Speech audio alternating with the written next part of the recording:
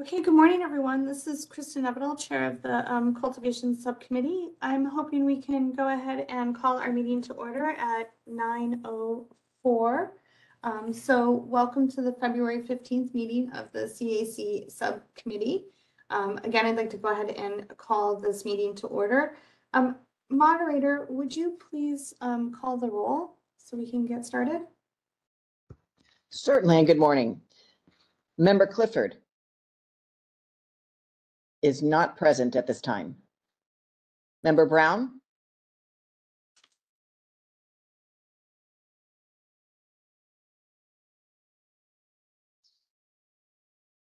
Member Brown, I think you're muted. I'm sorry, I didn't hear you say to unmute. The Member Brown is here, and Chair Nevidal. I am here. Thank you so much. So with that said, we'll officially start the meeting for today. A couple notes. We do have two presentations today. Those presentations are not agendized for a vote, just so members of the public are aware of that. I did receive some comment last night that expressed concerns. So I just want to make sure the public is aware that the presentations are not scheduled or agendized as items for a vote. And also because we do have speakers joining us today with presentations, we want to be mindful of time so that we can hear from both of our speakers and make sure that we keep everyone on schedule so we aren't holding speakers waiting to present, so to speak. So with that said, I think we can go on to our first item, which is going to be public comment for items not on today's agenda. So moderator, would you be so kind as to open public comment for items not on the agenda? Certainly. Good morning again. We are now taking public comment on agenda item number 2 only. If you'd like to make a comment on agenda item number 2, please raise your hand by clicking the hand icon next to your name if you're logged onto the meeting, or by pressing *3 if you've called into the meeting. We're displaying instructions for your convenience on the screen. Please note that for the sake of time, you'll have 2 minutes to speak with a 30-second warning. When your time is up, you will be muted and we will move on to the next request for comment. Each member of the public will have one opportunity to speak on each agenda item. So with no further ado, attendee Michael Katz, I've sent you a request for unmute. There you go. Committee, this is Michael Katz, Executive Director for the Mendocino Cannabis Alliance. Thanks for holding this meeting today, and I want to thank the presenters for coming to share their input. And as Chair Nevidal indicated, I guess those are not going to be, those are presentations, not for votes. Related to that, we appreciate discussing all of these regulatory changes, which could potentially benefit small farmers moving forward in the future. But here in Mendocino, we have an underlying issue, which is the fact that we still don't know what's going on with our local licensees. We had sent a letter last week to the DCC and the governor detailing the failure of the Mendocino cannabis program to this point to process permits with state deadlines impending on July 1st. And we are hoping that the CAC will bring the items that are outlined in this letter and the crisis that the entire state is facing to this committee for discussions that could be voted on and brought as recommendations to the DCC as soon as possible. And we hope that this crisis situation that is facing all of us, not just in Mendocino, is addressed much more expediently. And we hope to see that addressed sooner than later. Thank you so much. Thank you very much. Last call for public comment on agenda item number 2.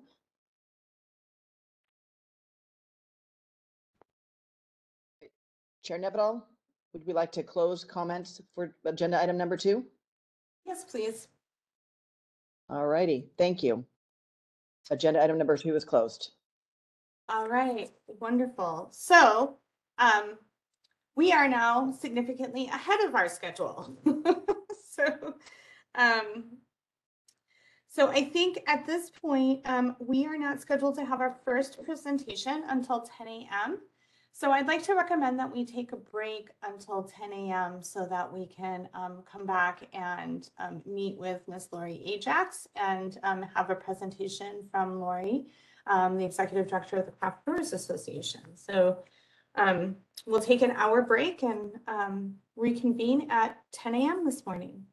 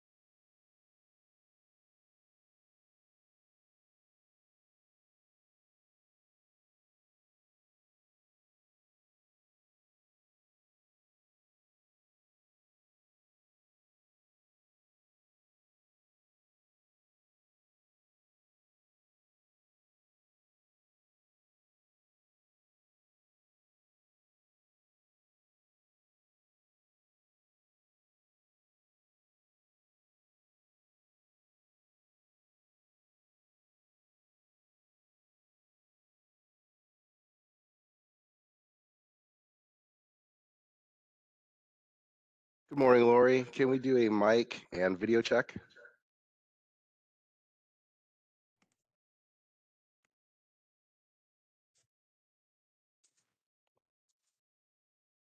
How's that?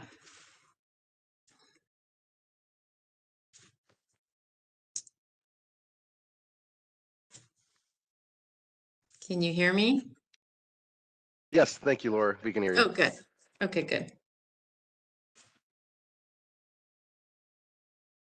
I'm not I'm not sure why I have like mountain ranges as my background, but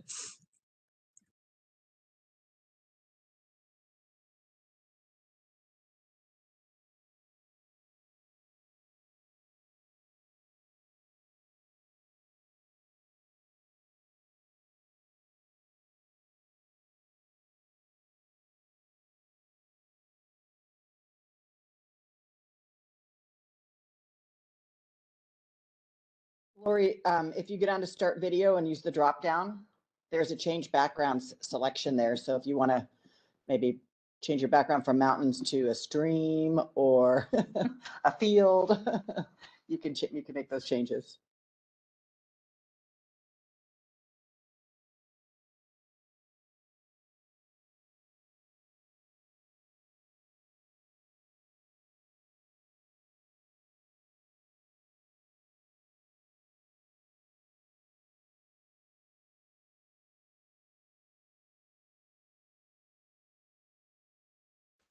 I'll just leave it as my office. How about that? That works. And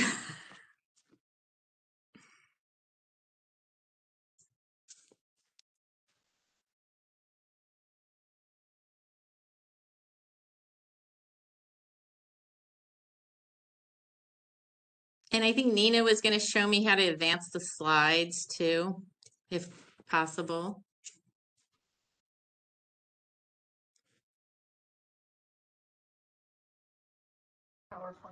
We're working on that right now. Okay, no problem at all.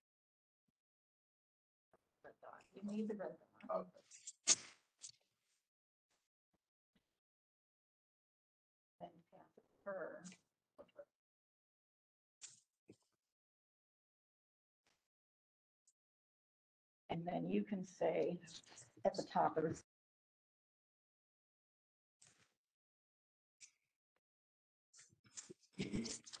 So Laura, you should have the red presenter button next to your, if you look, you have a red.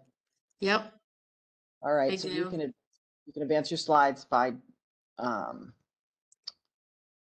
plus. Clicking on the forward and back Let me see. arrow at the top center. Huh. Oh, using the arrows. You see 0, 1 right in the middle there. Use the arrows to advance. Oh, right here. I got it. There we go. Oh, great. Perfect. Thank you. You're welcome. That's You're all really set. easy.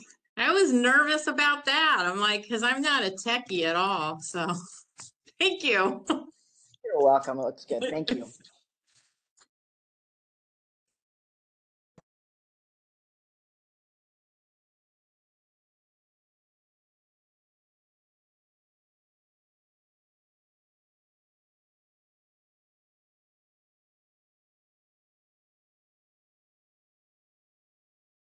And Lori, we're going to move it back to the other slide presentation for right now, and then we'll move it back. But we're all good. Thank you.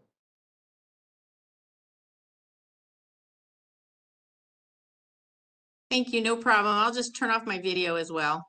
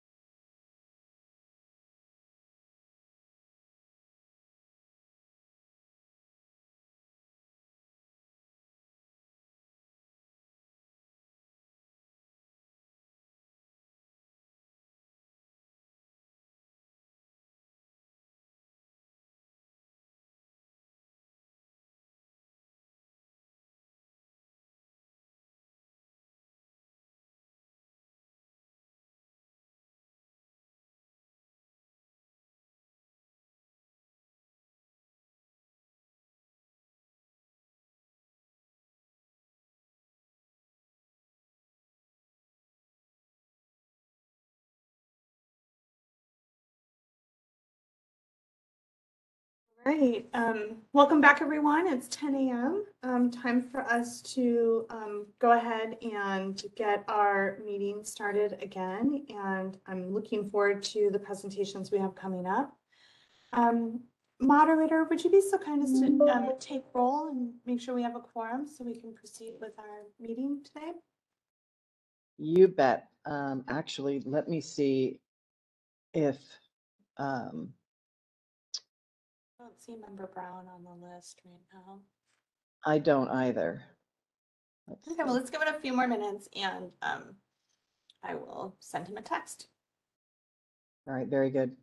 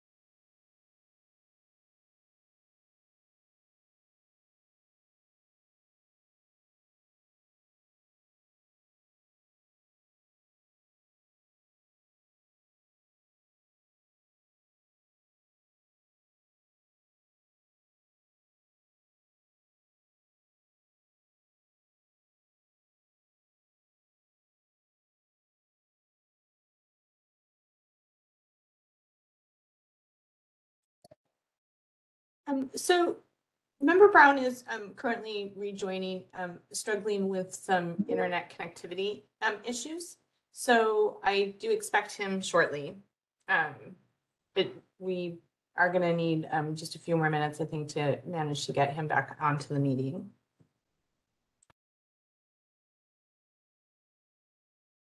Very good. And I'm actually monitoring this to make sure we get him promoted as soon as he gets on. Thank you.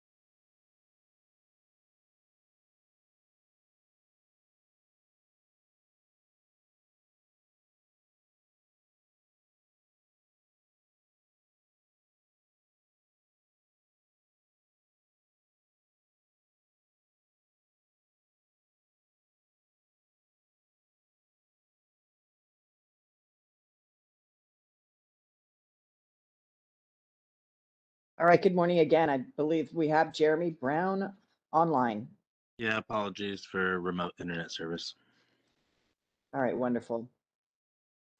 All right, So- great. So we have a Yes, quorum. We can go ahead and proceed. Yes, ma'am.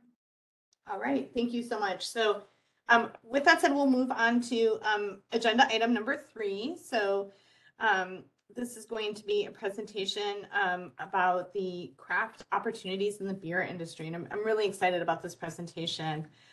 We are going to have two special guests here to share information with us related to craft beer and the alcohol industry. There's been a lot of discussion, not just this year in CAC meetings, but in previous CAC meetings and subcommittee meetings about whether a similar model to, say, the privileges for craft beer licensure could be adopted or modified for adoption for the cannabis industry.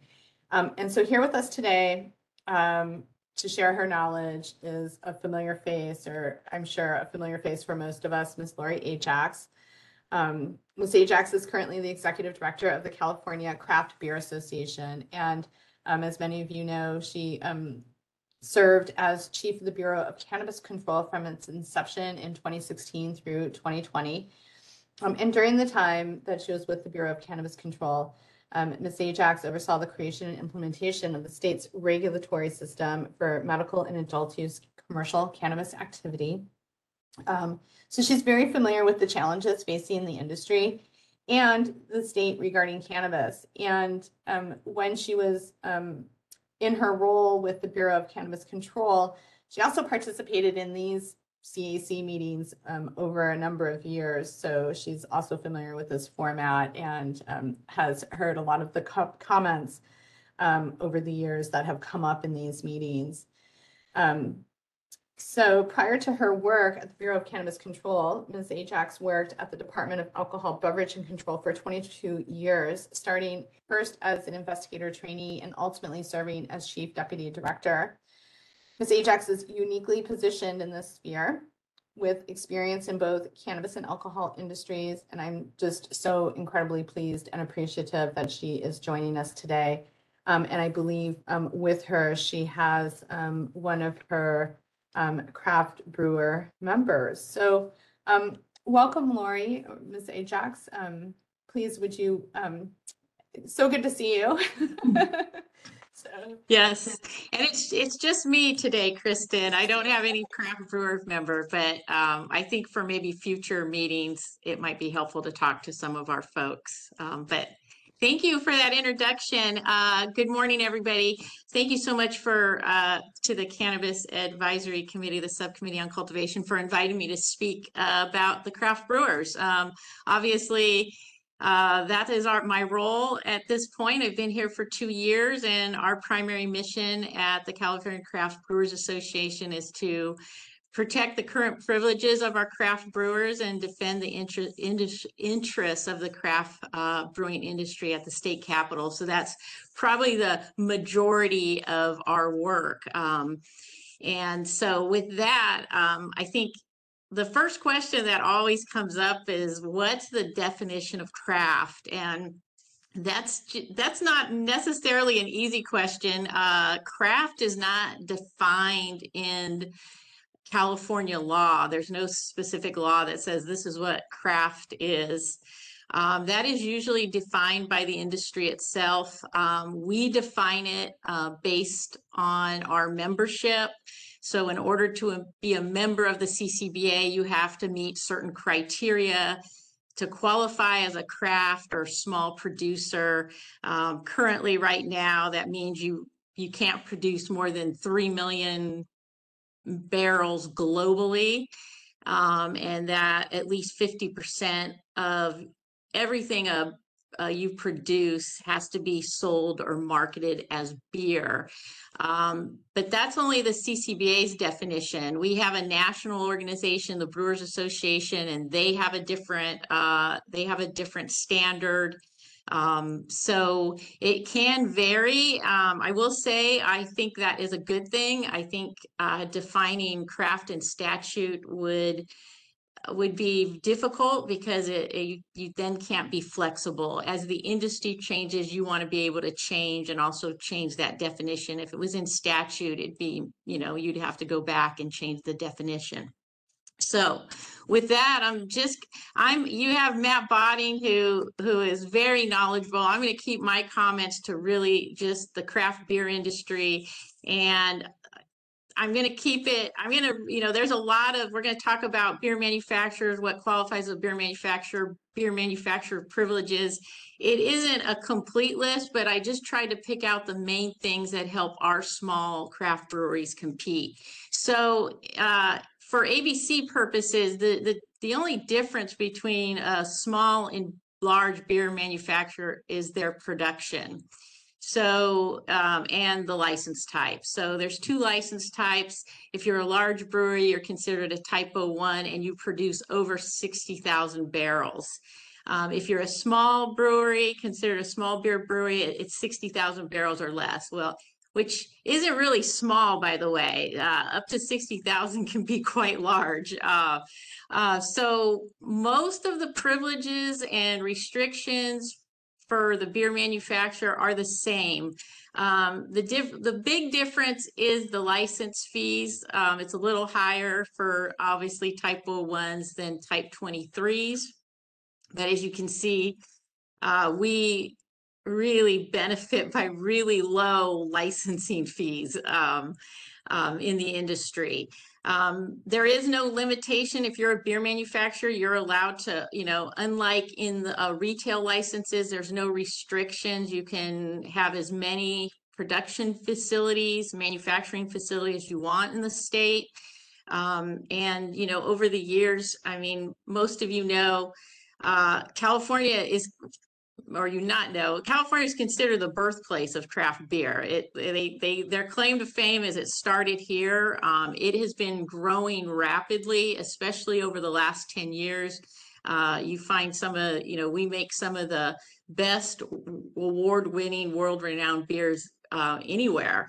And we also have the most licenses out of any other state. Some are getting a little close, but on average, when you look at production facilities, depending on whose numbers you use, you're looking at just over 1,100 in the state. So still smaller than the wine industry, but growing. Just to give you an example, over the last decade, the craft brewers have probably just about over doubled in size. That is starting to taper off a little bit, but tremendous growth in the last 10 years. And of course, we are looking at ways as we continue to grow, how can we look at ways to continue to help them compete in the marketplace against, obviously, when you look at California, you have the very small breweries, and then obviously we have, Anheuser-Busch, big, large breweries. And so it is amazing how California has been able to craft laws that allow both to compete on a level playing field. I thought it would be interesting to look at our membership production. So the majority of our members fall in the 1,000 to 4,000 barrels. So that's small. And right below that, so 41% is right at the 1,000, 4,000 barrels. Right under that is 37% of our membership produces less than 700 barrels. That's really considered more like a microbrewery. Those tend to be production facilities that their main business model is selling direct to the consumer. Most of our smaller guys aren't using a distributor. They're either distributing themselves, or they're just got in a local community, they have a small tap room and that's their business. As you can see, 2% of our members produce over the 40,000 barrels. So we represent mainly smaller guys. The other 20% is in that mid-range from 5 to 40,000. And those folks, for the most part, some are using distributor. They're getting their product through a distributor. But for our smaller guys, they're too small to get a distributor to even distribute their product. And so that's what takes us into like the beer manufacturer's privileges. And all of these, all of these privileges apply both to type 1 and 23s, but most of them are going to benefit the small brewery. And that's where like the without having to get any other licenses, a beer manufacturer is able to self-distribute their own product. They can sell to any tier. California is a 3-tier system for alcohol, so they can sell to another supplier, to a distributor, to a retailer. And when I mean retailer, that's like a restaurant or bar, like a beverages and more, things like that. So a small brewery is allowed to any brewery is allowed to self-distribute, but it's mainly the small breweries that use that privilege, especially, you're like, again, they don't have enough production to really have a big distributor carry their product at different retail locations. So they will utilize it to get their kegs in, bars or restaurants. And usually they're distributing really in their local community, their local regional area. They're also allowed to refill growlers or crowlers. That is not a privilege that's allowed for anybody but a beer manufacturer. Even like a bar or restaurant isn't allowed to do that. Their sales to consumers, they can have on-site at their production facility. They can have on-sale consumption of their beer. They can sell it in packages to go. They are limited. It has to be their product, but they are allowed, if they want to serve food and be a restaurant, they can serve other manufacturers' beer or other people's wine for consumption on the premises. So even though they're a manufacturer, they're allowed to run a restaurant. They're also able to host private events at their facility and also serve not only their own beer, but other people's beer and other people's wine. That's a huge benefit for our folks because, you have people that not everybody wants to always go to a brew pub or tap room and have the same beer. They like other people's beer. They also, you also have consumers with different tastes that may want to drink wine. So this has really allowed them to market to more consumers instead of just being limited to just only their beer. Another really valuable privilege beer manufacturers have is they are allowed to have duplicate licenses. And so what that means is if you have a production facility, you can have a duplicate license. And sometimes a duplicate can be used for, you need, warehouse space or office space. You can have as many as those if you need. But what they're mainly valuable for is that you can have up to 8 tap rooms anywhere in the state where you have retail privileges, meaning you have 8 locations. And these aren't production facilities. You can't produce on a duplicate.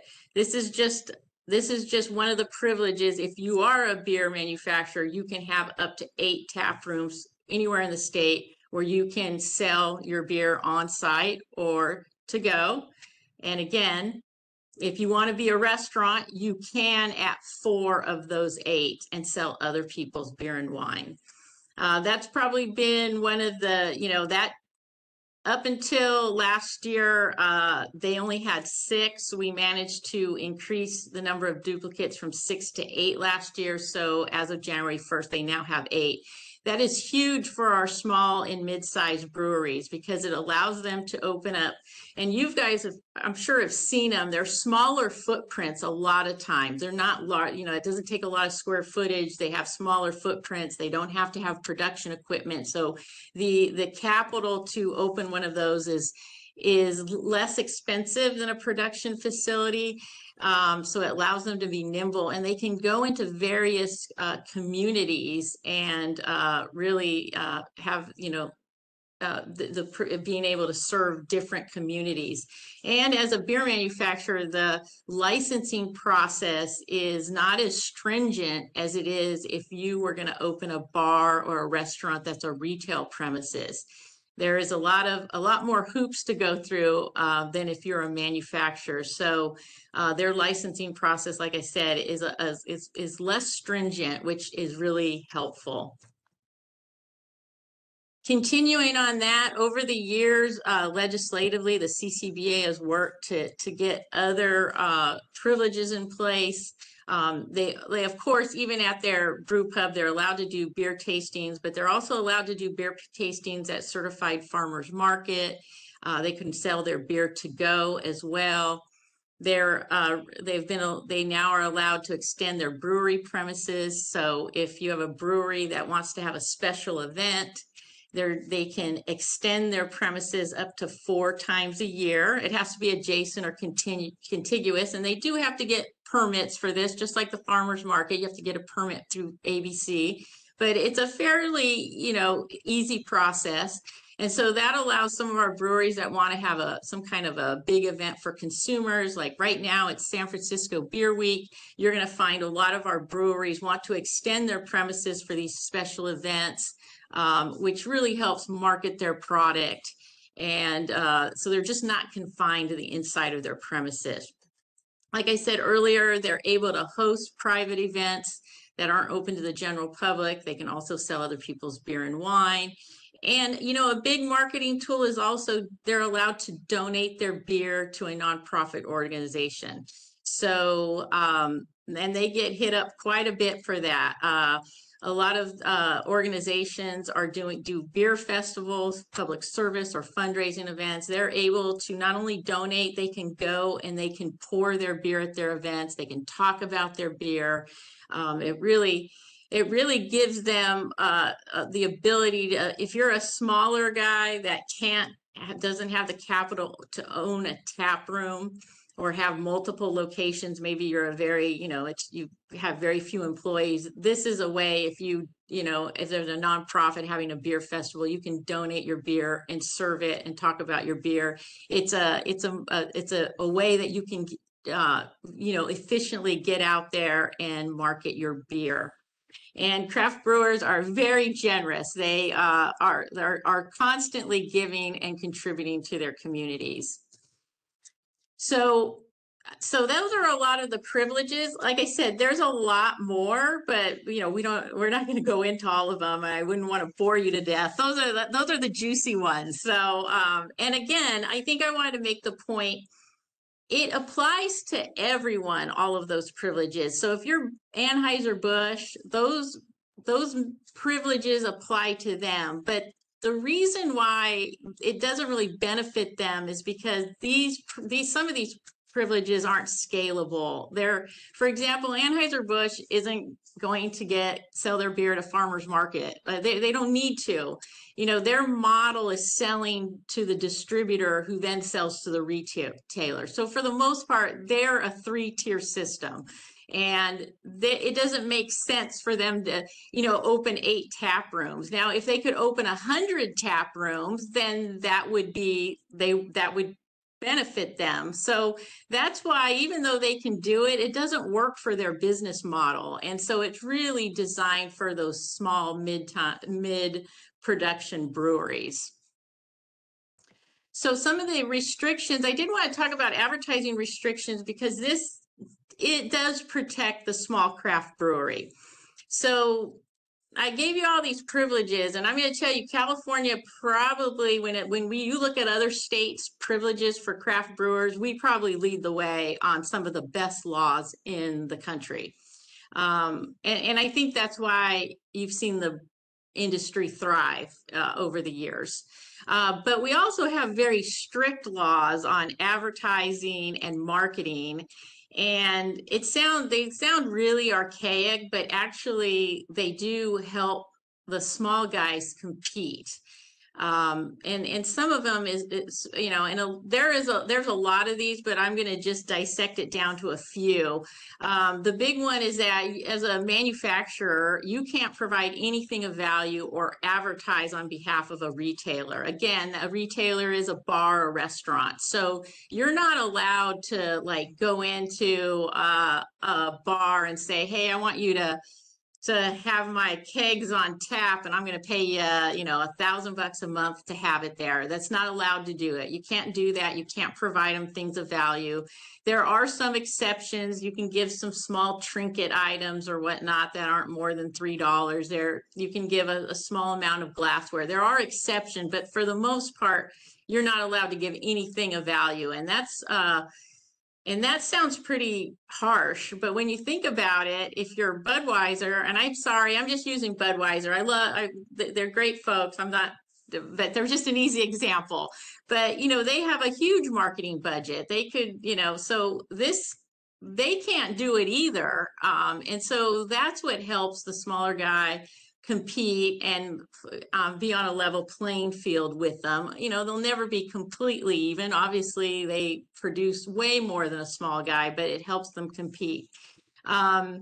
Social media is considered a thing of value. They can't post anything about a retailer, including pictures or posts or likes, shares, tweets, anything. And you can't even have one of your employees go to a retailer and say, hey, get our beer here, and post it on social media. So that can be very restrictive, especially for our breweries. They have small marketing budgets, and of course they do most of it on social media. So that's where that's where they can get in trouble again. That means nobody can do it, even the large guys. They can list where you can find their beer, but that also has some conditions. You can't just list one retailer. You have to list two. In order to be legal, you could list 2 or more unaffiliated retailers. And in certain circumstances, you know, you can have some educational event at a bar or restaurant, and you can include some limited advertising. But that just gives you an idea of really how strict it is when it comes to that part of the marketing arm. Very strict rules in place. And lastly, because I want to leave time for questions, I just wanted to briefly, you know, all beer has to be labeled. I think this is important to know as well. If you're gonna sell beer in the state, you can't sell unlabeled beer. You have to have a label affixed to the package, and it has to include certain information. It's actually pretty easy label requirements. They're they're not too strict. You do have to follow federal guidelines, but you know, you have to have the name and address of the manufacturer, brand name of the beer. If the alcohol content is greater than 5.7, you have to list it on the label, and you have to affix it before the first sale. Years ago, you used to have to submit your labels for approval. It wasn't really that long ago. It's probably it was right after I left the ABC. We used to approve every label. So every time you had a brand, you had to send your label to the ABC, and they had to approve it. And as you guys, you know, as you know, that can, when you have that many brewers, 1,100, that could have they could have 10 to 100 labels. That could bog down your business. That did get changed with legislation sponsored by the CCBA. So now all they have to do is just register their brand. They don't have to submit their label. And again, they have to say who the true name and address of the manufacturer is. You have to list any fictitious business names. And you also have to identify the class or type of beer. So if it's an ale, you have to put that, a lager, a stout. They can put other information on there. This is what's required. But if they want to put craft, if they want to put something that they're a small producer or they're an independent producer, they're allowed to do that. These are what they have to put on there.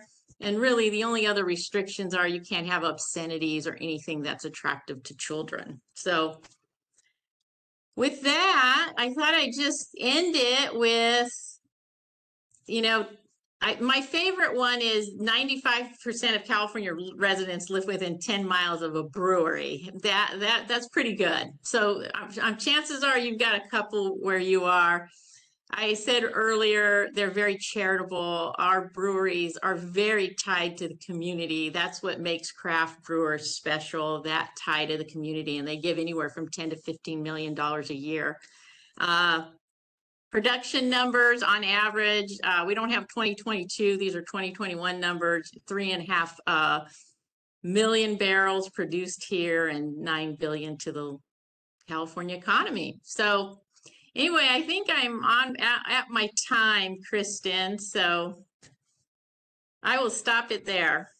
Well, thank you so very much. This has been very informative. And this last slide, 95% of California residents live within 10 miles of a brewery. It would be interesting to have a comparison of how many residents live within proximity to a legal cannabis retail facility. I imagine it's a vastly different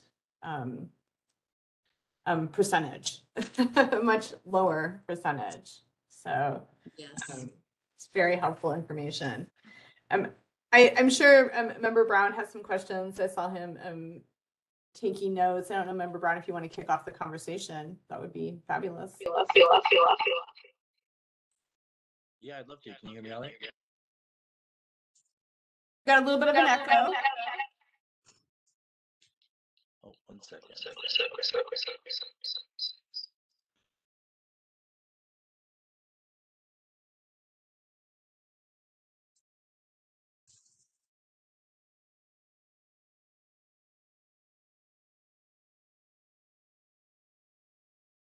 All right, so while Member Brown gets his technology resituated, reorganized, let's just go ahead and kick this off. So interesting that there's no definition of craft in law. So do you, Lori, I'm sorry, Ms. Ajax, do you find that Lori's there's fine. that's challenging for your members? Like I understand the benefit of not putting something like that in statute, right? And then having to go back and change it perhaps, but like from a marketing perspective, and like, is it challenging where folks feel like that term is taken advantage of, or how does that work for your members? That is true because, you know, for example, I'll give you an example. Sierra Nevada is one of our members, and they're considered craft, but they're very large, but they're independent and they're within. So I think for our members, you know, craft can be, you know, anybody in a sense, but you're right, it can be challenging because as some of our craft breweries have been bought up by bigger, like, you know, Heineken, Molson Coors, I think, you know, for our purposes, when our smaller guys are bought up by the larger guys, they no longer are able to be CCBA members, and they really, even though they may still produce craft beer, they're really not considered craft. So that has had some challenges for us as well. And some consumers, a lot of times, you know, I mean, you may not know this, Anheuser-Busch owns Golden Brands. People think Golden Brands beer is craft. It's not considered craft, but for consumers, they don't really know what craft is. So you're right. In that sense, I think as an industry, we know very well it is. I don't know that we've always communicated what that means to our communities. But we do have a lot, you know, we have beer manufacturers that, you know, in their local community, like Russian River, who are people very much know that brand and know their craft, but that's not true for all brands. So it does get confusing, and yeah, you're right. It's interesting because I think we have this conversation in cannabis about scale, right? What's small, what's large, and it's always a tricky conversation to have. And I think one of the common kind of responses to that is, you know, large is anything larger than what you produce, right? So it's really hard to kind of narrow that down, especially for a labeling or a marketing perspective, right? Right. And when you look on the regulator side, so Matt Boding can talk about this, when you have all sorts of designations, craft, small, large, and they're all treated differently, it gets very confusing as well in order to enforce those laws. And then even our own members get confused. Can I do this? Can I do that? Am I considered, you know, depending on what category you're in. So, you know, I think there's pluses and minuses. Personally, I like seeing I like to be able, if we need to change the definition, that's sort of an industry standard we're changing, not having to go back and change it in law. Right, right. So I was also pretty intrigued by, I think you said that the benefits to beer manufacturers, them having events or being able to have events, them being able to have a restaurant, them being able to serve other people's or other companies' beer and wine. I think it's pretty fascinating that that's available to all companies, right? All beer manufacturers, if I remember correctly, and Yes. it's, even though it's available to all scale of manufacturers, it really is it primarily benefits the smaller producers. And I'm wondering, like amongst those smaller producers, is that sort of policy that allows them additional opportunities under their license, their manufacturer license, is that what helps them be viable as a small business? Is that Yeah, well, and the reason I say, I'm not saying a lot of the larger guys aren't going to have multiple tap rooms because they're marketing their product differently. They're able to get into the big retail stores, the box stores, or the, the beverages and more, where your smaller guys it's really difficult to get a distributor to pay attention to you and to get into those stores. So their model's just different and how they spend their marketing dollars. And that's why I said to be able to open we have some breweries, their model, they don't sell to any distribution at all. Their model is to open up in different communities, tap rooms, and to serve very fresh beer. Those are your true, in a sense, when you are at a smaller level like that, you're able to brew, also be more creative. If you have a distributor, they want you to brew a certain beer and have that available every time. So they want like a cookie cutter sort of a beer, like what's popular. If you're a smaller guy and you have multiple tap rooms, you're really able to have beers that are going to reflect that local community's taste and what they want. So if a consumer in there says, God, I really, want this, a double IPA dry hop beer, they can provide that because they're more nimble and able to provide that. So I think, and some of them don't want to grow to a Sierra Nevada. They like what they do. I don't know if that answered your question, Kristen, but I mean, I think it did, and I think it's really good information. I mean, I think a lot of our smaller cannabis farmers, they are more likely to probably experiment with their own genetics and creating new genetics and taking the time to explore the realm of what's possible on their farm. And when we get into larger production facilities, right, I think it is really targeted more so towards what is definitely going to be in high demand and move through the market, right? And the challenges for small farmers, they oftentimes don't have the opportunity or the pathway to have the conversation about the unique activities that they conduct, right? The uniqueness of the genetics, what might be the benefits of them, what folks might enjoy about them, what they enjoyed about cultivating that genetic, right? So it resonates having that opportunity to really have an interaction with your clientele and explain kind of the uniqueness about your process, your procedures, your cultivation style, your, the genetic recipe that you bring to the table, so to speak. So I appreciate that. Yeah. Member Brown, would you like to chime in? Yeah, I'd love to give it a try, and I really apologize for my internet lack of service.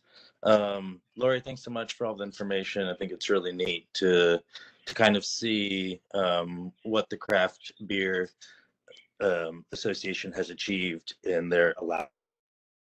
And I guess I'd have kind of a couple questions. One would be, what advice do you have for craft cannabis growers to, essentially attempt to achieve similar types of goals for the craft beer, such as on-site consumption, such as, lowered license fees, things like that.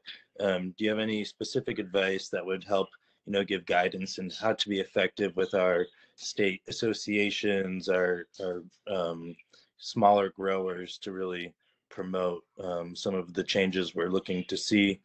What would be a realistic timeline?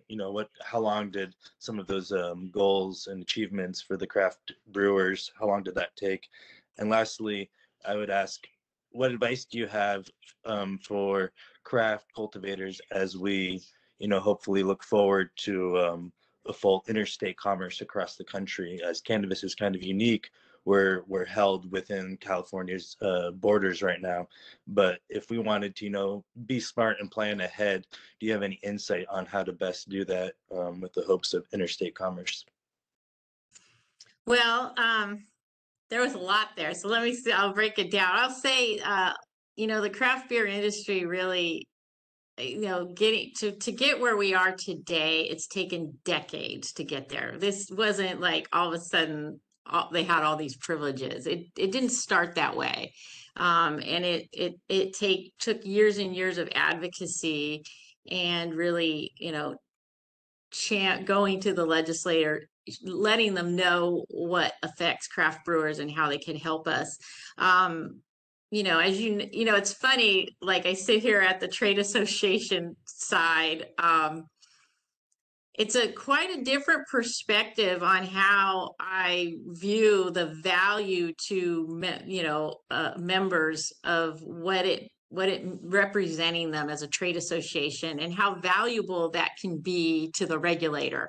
I think I've been saying for the last couple of years, I probably should have ran a trade association before I decided to regulate, because you see the perspective of the members, you see how they're struggling. I'll tell you what, coming in 2021, right, aftermath of COVID, it has been very, very difficult to see even our industry challenged and struggling, and we are still not out of the woods. And it's really, when you see that, you can't help but go, oh my God, you want to help them, you want them to be viable businesses. And so, I'm always one, like, if you can join a trade association, they serve a very valuable purpose, and I do think serve a valuable purpose also for the regulator. It's nice that they can speak to one voice instead of 1,000 voices all at once. So I would say, I'm going to say it's not. I think I would come up. I think the important thing is you can't do it all at once. It's not going to happen.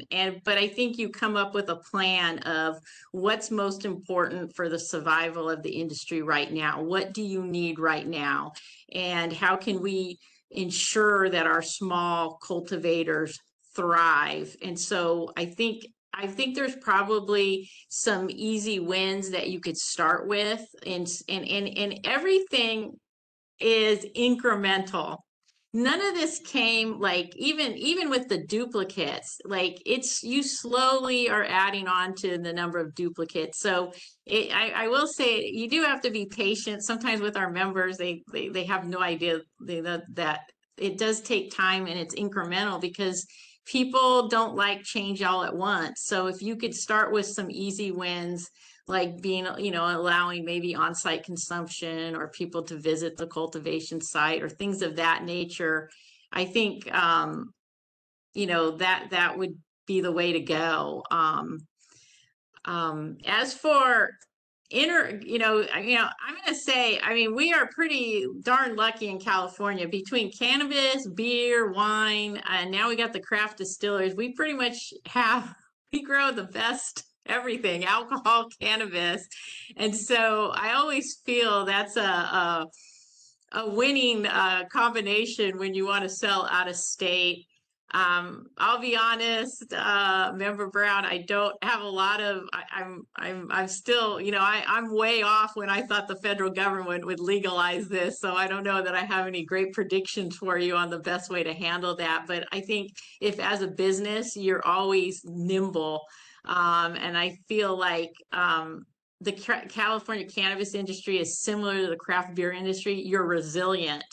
It's amazing what you go through trying to run a business here in California. And I see it. I've seen it for the last 2 years. And I tell you what, I am amazed at what you guys accomplish and how resilient you are. And you ought to be very proud of yourselves, because I know it's not easy, because I see the struggles, especially with our own membership.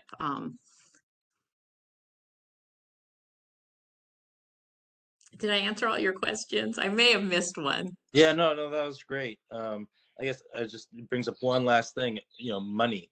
How much money did it did it take to achieve a lot of the goals over the decades? Is there like a percentage of total industry revenue that should be kind of kept in mind? You know, and I'm thinking like as far as hiring lobbyists and consultants and promoting the craft brewers agenda.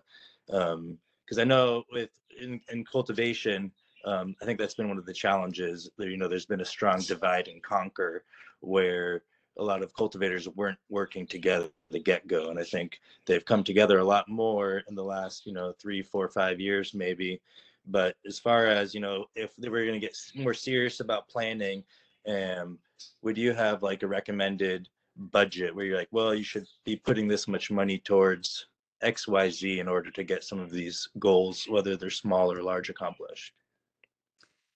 So it's funny you say that, because we don't have a lot of money at the CCBA. Not that we have money, and the majority, a lot of it goes towards advocacy. So we have a lobbyist on staff, and then me. But really, it isn't about. I'll tell you, it would be nice if we had a lot of money to give for fundraising and whatnot. But the CCBA is adamant about not having a PAC. And our advocacy has come over the years. We're the oldest craft beer trade industry, started in 1989. It has been straight grassroots advocacy. So that means getting our brewers involved, having them, we do a lot of education on getting to know your local legislator, having them to your brewery, giving them tours. We have them come up and meet with their local legislators. We engage quite a bit. And for most legislators, again, I have that slide still on, having breweries in almost every legislator's district or committee district is very helpful. We engage those breweries in those areas. Last year, we ran 4 bills. We got 3 out of the 4 passed just on grassroots advocacy. I know that might not be what you wanted to hear, but it's a lot of work. But people love craft brewers. I tell you what, I go to the Capitol and meet, and they're like, "Oh, we love you guys." So it's a lot of goodwill. And if you would have asked me 2 years ago if that would work, I'd say no. Like, we need money. Money is good, though. I'm not going to say money doesn't help, but for us, really, it goes a long way that the legislators learning about your industry. And of course, that's constant as we have new legislators entering the building. I will say breweries host a lot of events for legislators. And again, the charity aspect comes into play. They give a lot to the local communities as well, which is very helpful because that does not go unnoticed. Lori, what would you say is the kind of the tipping point, right? We saw after alcohol became legal, right? The regulations were really quite onerous, and a lot of small businesses didn't thrive for decades. So, like, do you have any sense of kind of key components of change, right? Key changes that occurred that actually provided a viable pathway for your members? Well, I think when you look back, in the 70s, it was I think one of the first craft brewer was like Anchor Steam, and then in the early 80s you had Sierra Nevada. To be honest, there wasn't a lot of craft brewers back in the 80s or 90s. I mean, the industry just evolved from big beer to craft. You're seeing the same thing with the craft distilleries. All you had was big distilled spirits manufacturer, and now you have a lot more craft. I think it's just how the industry evolved. And so as you had more people going, hey, I want to, as home brewers, exploded, they wanted to find a way to take something they love to do, which, they're like little scientists with, brewing beer.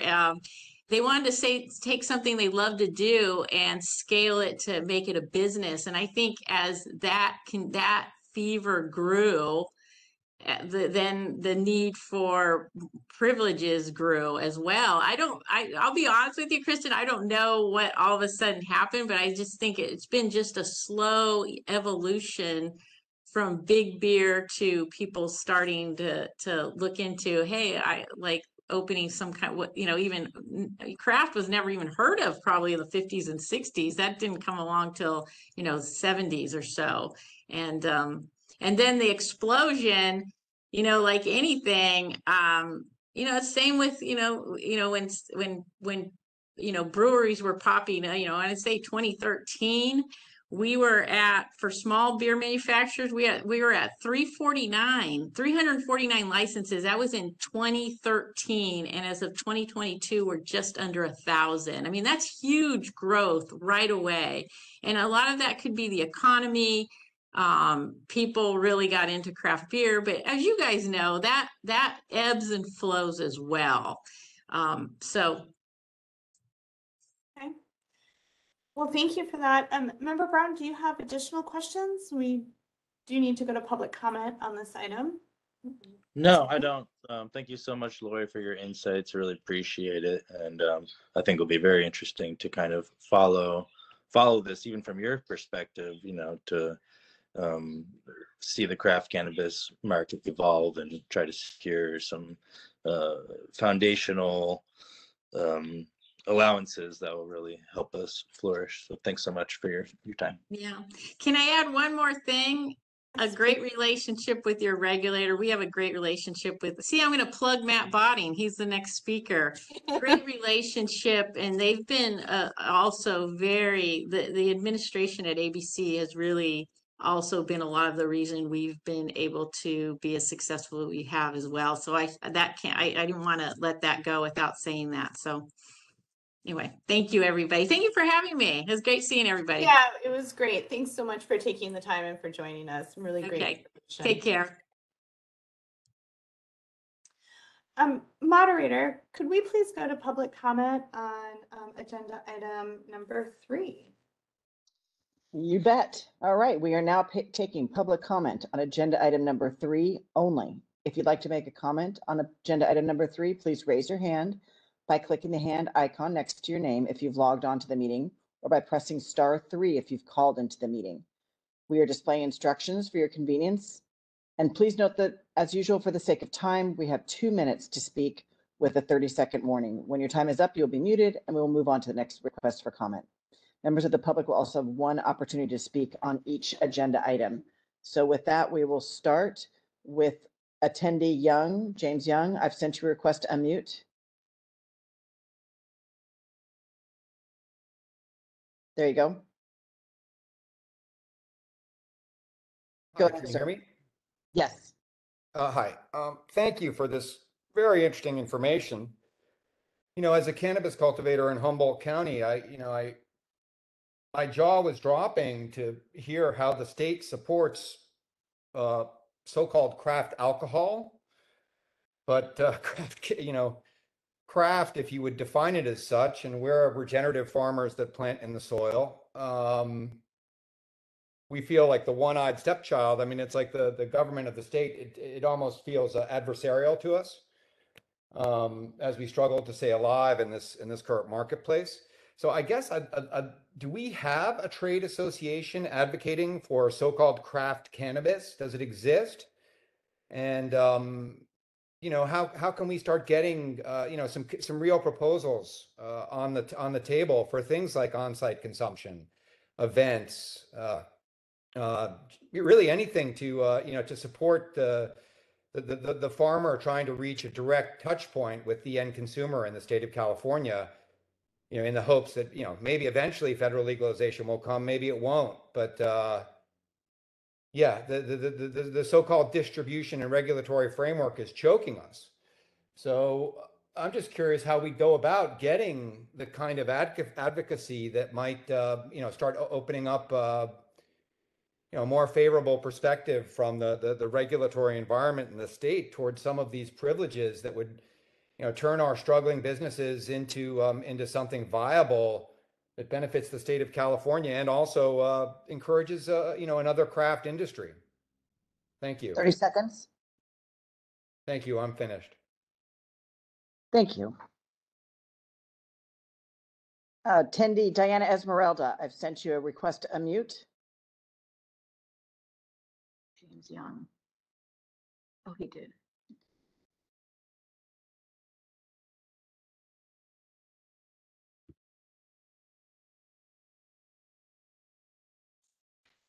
Attendee Esmeralda, raise your hand once again and you'll be put on the list. Attendee Craig Johnson, you've been sent a request to unmute. There you go. Me? Yes. Thank you for having me this morning. My name is Craig Johnson, owner operator of Alpenglow Farms here in Southern Humboldt, a regenerative cannabis farm specializing in small batch unique cultivars that have been passed down here in Southern Humboldt. Having some of these events like Lori Ajax was speaking to are absolutely vital for the existence of my family and my community. I can't repeat that enough and emphasize that enough. This is vital to the craft farmers of the state and especially this community and this county. I'm a proud member of Humboldt County Growers Alliance, and this has been at the forefront of our discussions, events, direct to consumer, consumption. It's very challenging, like Lori Ajax spoke to, of competing in a market where someone always wants the same, the Budweiser, day after day, year after year. That's not what we produce. And because we produce unique cultivars and unique flavors, we need to have folks be able to taste and enjoy and sell those small batches all at one moment in time. That's how this works. It does not work to keep repeating the same. And that's what will drive our market and will drive our tourism locally. So again, I feel that we're going to keep pushing forward with Humboldt County Growers Alliance as our trade association, unifying our Humboldt County farmers to bring more of this forward. And I appreciate the time to speak. And thank you so much, Lori Ajax. I remember you speaking in Arcata just 5 years ago. Thank you. Attendee Adrian Keys, I've sent you a request to unmute. There you go. You're unmuted.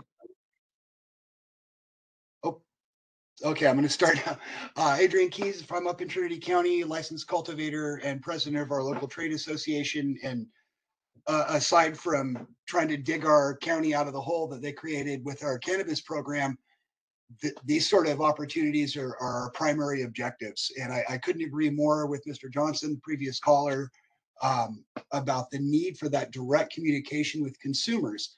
It's the way that the system's bottlenecked and the retailers being so far afield from the cultivators, there's no opportunity to present craft products, differentiated products across the board with flavors, cannabinoid profiles, all of that.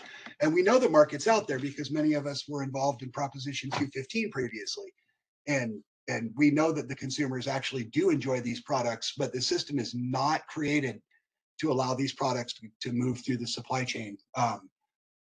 So I appreciate this conversation quite a bit. It's something I think that throughout our trade associations, and I'm also a regional chair on the Origins Council, these are the very opportunities that we discuss on a weekly basis. So thank you very much, and I hope to see something come from this. Thank you. Attendee Corrine Powell, I've sent you a request to unmute.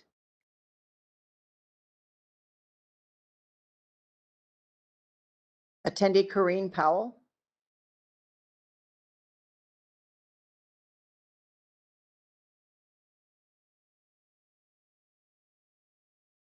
All right, let's move forward with Diana Gamzon. I've sent you a request to unmute. There you go.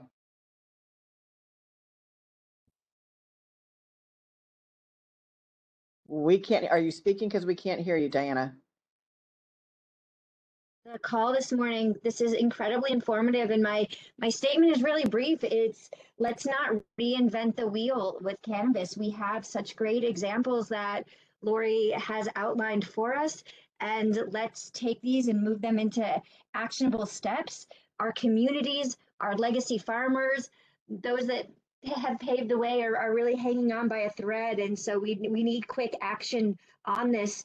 And Lori, it's so nice to see you in the throes of trade associations alongside so many of us. And it's true, our trade associations are the ones that are putting in such a significant amount of work, working with the membership to bring collective ideas to the regulators. And so, of course, here in Nevada City, we have the Nevada County Cannabis Alliance, but we are really proud to be represented at a statewide level by Origins Council, who represents the craft cannabis farmers statewide. So yeah, let's not reinvent the wheel. Thanks a lot. Thank you. Attendee Michael Katz, I've sent you a request to unmute. You're unmuted. So much for this opportunity to speak. This is Michael Katz, Executive Director for the Mendocino Cannabis Alliance, one of the trade associations that is working very hard to address the challenges on the ground for our local small batch operators. And in Mendocino County, all of our operators have a canopy of 10,000 square feet or less.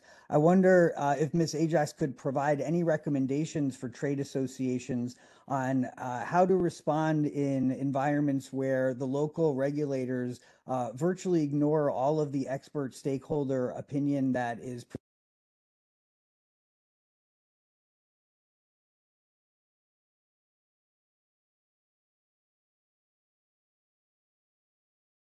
Moderator, did we lose the connection to Mr. Katz? I'm looking into that right now. So it seems so. Attendee Michael Katz, can you put your hand up again?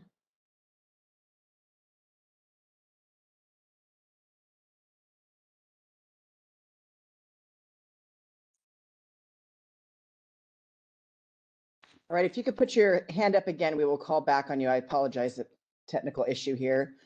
Let's move on to attendee Nicole. Sent your request to unmute.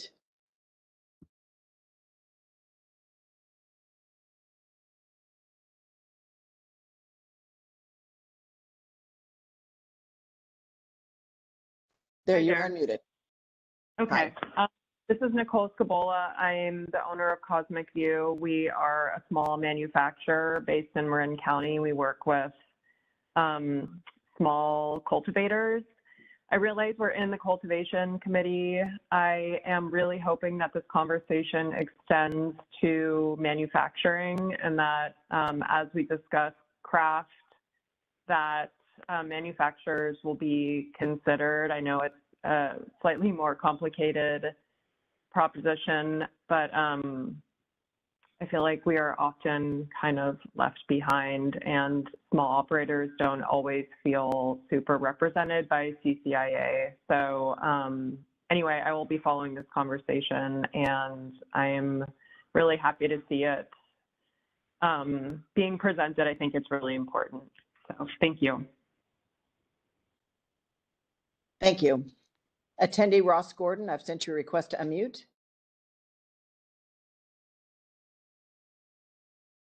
You are unmuted. The director with Humboldt County Growers Alliance and also policy chair with Origins Council. Only caught the tail end of the presentation today, but really appreciate what I heard. Do want to briefly just say it would be great for these presentations to be posted online. I'm sure many of our members would love to watch and really think about. It sounds like a lot of good ideas that were presented, and I know I personally appreciate that opportunity as well. But generally what I've heard all sounds great. I know that as trade associations and as Origins Council, as a statewide representation for many local trade associations, including some you've heard from, we often look to the alcohol industry to provide a model.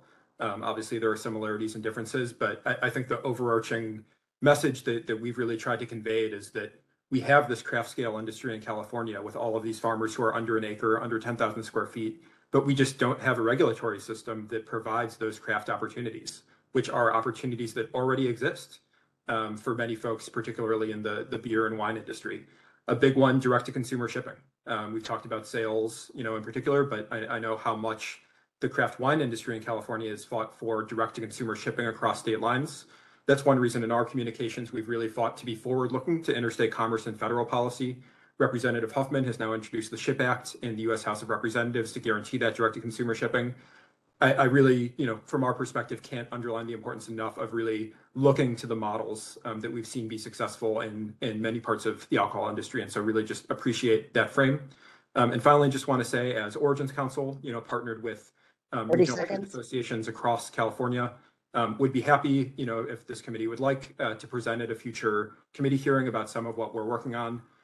We also have a contract lobbyist in Sacramento. We work very hard to, in a democratic way, bring forward collectively what it is our members need, and to base that in real research and vetting. And so would be happy at any point really to engage in a conversation with the committee in a more formal way. So appreciate the time and looking forward to more conversations on all of this. Thank you. Attendee Diana Esmeralda, I've sent you a request to unmute. Okay, I think it worked this time. It did. Excellent, thank you. My name is Diana Esmeralda, and I am the former secretary on the board for the High Desert Cannabis Association. This is an eye-opening meeting. I thought that micro business licensing at the DCC is supposed to be like the craft license, and craft was supposed to be the beginning of Prop 64 and was supposed to start with the medical cannabis members of the communities. It seems kind of redundant in this meeting to, and it feels like it'll result in the addition to the 600 pages of regulation that already exist. Craft is a local idea and business type of deal. Prop 64 decimated it. We had 80 delivery services and festivals and sessions here in the desert. And now we have 2 licensed dispensaries within 50 miles and 3 delivery services. So I would ask that this committee looks back to their original members of the cannabis community that have existed and put in Prop 215 in 1996. Honestly, as a consumer, there really isn't a market for beverages for cannabis, and the licensings that were stacked at the beginning of Prop 64 has resulted in tanking the market here in California to $400 a pound. So I don't understand. Is this committee looking to change the parameters of the cultivation licensing and consolidate licenses that already exist? Many of the laws and rules presented here seem to just run together. And I'm surprised that there are no medical cannabis community members here in this meeting to be represented, and it's sad. Large corporations. Thank you. Your time has expired. Next speaker is Karen Byers. I've sent you a request to unmute. Opportunity to speak. So as the committee moves forward in looking at these wonderful comparisons between the craft beer manufacturers and the opportunities that we're going to need for our craft cannabis, I have a Mendocino Cannabis Resource Events, and I have a cannabis event organizer's license. And so that allows me to do cannabis events and set up the retail schemes in order to have these short-term events and get the temporary cannabis permits. But it's truly our regulations that are going to be part of the problem. They're really only scaled for large events, not for small events. And so I just really want to bring that point forward, that if we really are going to work towards it, and I hope we will, allowing things like farmers markets for cannabis, it's really cost prohibitive right now. And so I just really want to point that out, ask that to be put on the agenda as we move forward. And I will continue to ask that possibly form a subcommittee around tourism and events, so that we can even fine tune these points further. But that's all I have to share right now. And I look forward to the next presenter. Thank you. Thank you. The next presenter is John Brower. Mr. Brower, I've sent you a request to unmute. Go ahead, sir.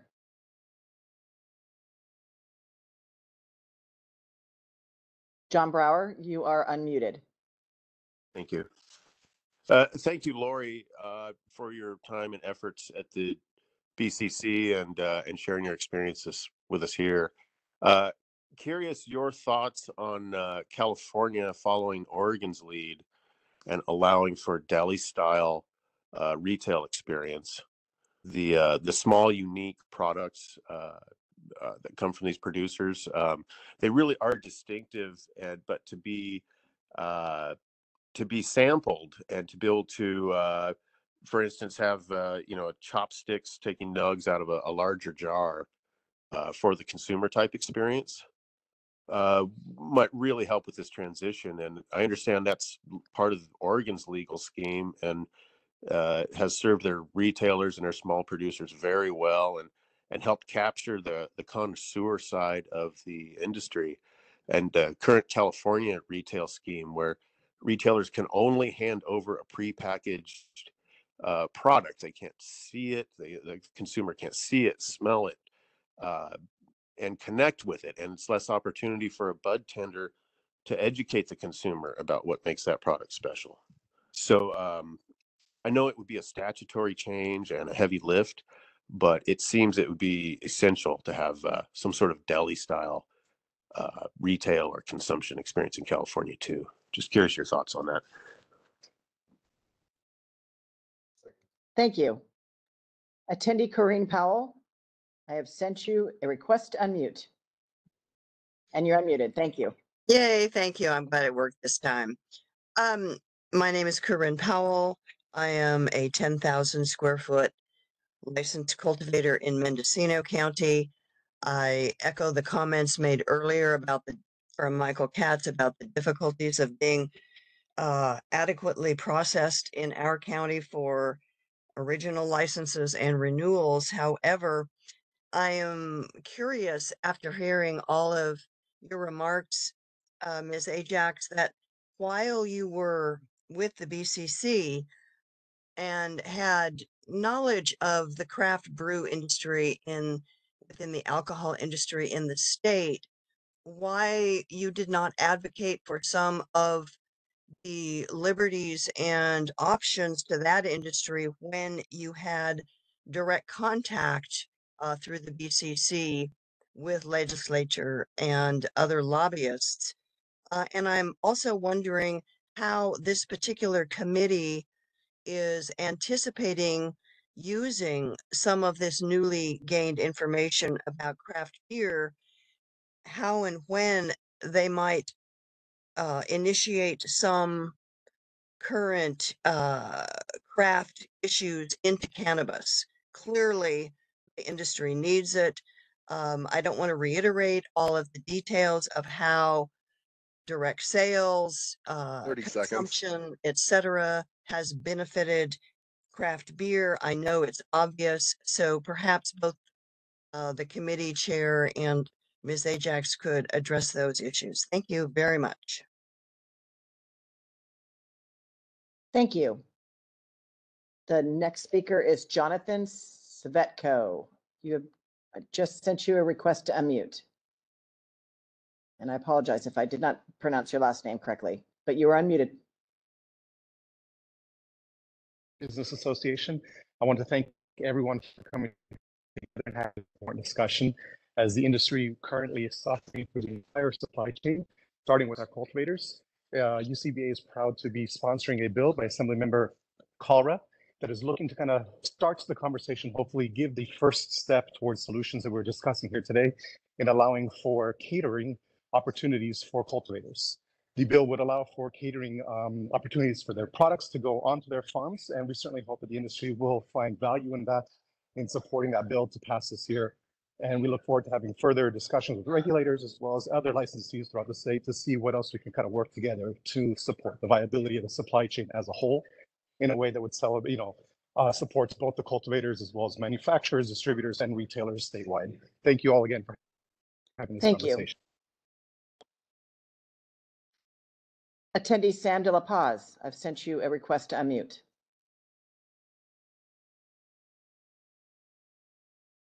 Sam De La Paz.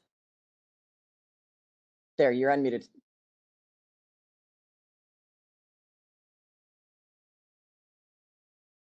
Sam DeLaPaz, you are unmuted, Sam but we're DeLaPaz. not hearing you.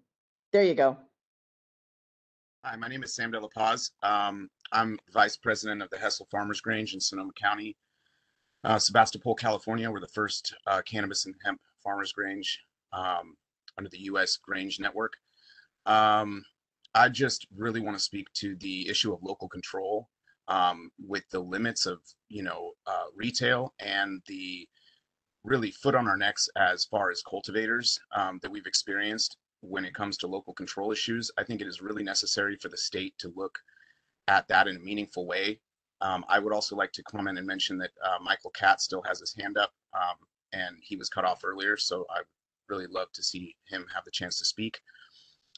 We've experienced literally in Sonoma County a projected 6,800 cannabis farmers in the traditional market. We now have less than 200 licenses in Sonoma County. I just really want to press upon the CAC and the DCC to focus on these local control issues and the fact that we are losing small farmers, small legacy homestead farmers at a rapid pace. And, whether it's incompetence or it's something else, it is almost as if we are set up to fail purposely.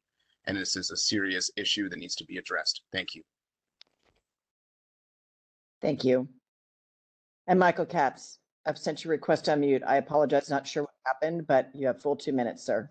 No worries. Thank you so much. I really appreciate it. This is Michael Katz, Executive Director of the Mendocino Cannabis Alliance. I sincerely do appreciate the presentation. I'm not sure exactly where I cut off earlier, but my question, and thanks to Ms. Ajax for the communications, is I was wondering if she had any specific advice for trade associations such as MCA or other folks who find that their advocacy at the local level is generally not regarded as useful or is kind of ignored. And, when it seems that there are items that are outside of things that are being discussed in the public sphere that are pushing back against the process of trying to move folks through the licensing application permitting process, et cetera, what kind of recommendations can you provide for how to get through that? You obviously mentioned everyone when you go to the state loves craft beer, and that's great to hear, but we are seeing a wholesale extermination of craft cannabis operators throughout the state. And even though in Mendocino, we are uniquely challenged with only less than 1% of our operators with annual licenses, throughout the state, small heritage producing regions are seeing significant delays in their processing as well. So how do you recommend us bridging that gap when the local regulators are not open to engaging with stakeholders in a meaningful way? Thank you so much. Thank you. Attendee Hannah White, I've sent you a request to unmute. Go ahead. Good afternoon. Can you all hear me? We sure can. Super. Thank you. Appreciate the opportunity to speak and comment. I wasn't able to enjoy the presentation earlier for other conflicts, but I did want to pop in and just communicate my opinion that I believe small craft farmers as access to the market is considered. It's important to have structured and supportive regulations, and some of those supportive regulations would be increasing our access to direct sales, which pretty much don't exist right now unless you're vertically integrated, which is very difficult for small rural operators to gain that, often through local land use issues, and supporting more access through our license types as small cultivators to access more events and being able to have direct sales to consumers. We need access to be able to directly market to the consumers who want to engage with us and do in the ways that we can and are able to market. I appreciate your consideration. Thank you. Thank you. Attendee Rio, I've sent you a request to unmute.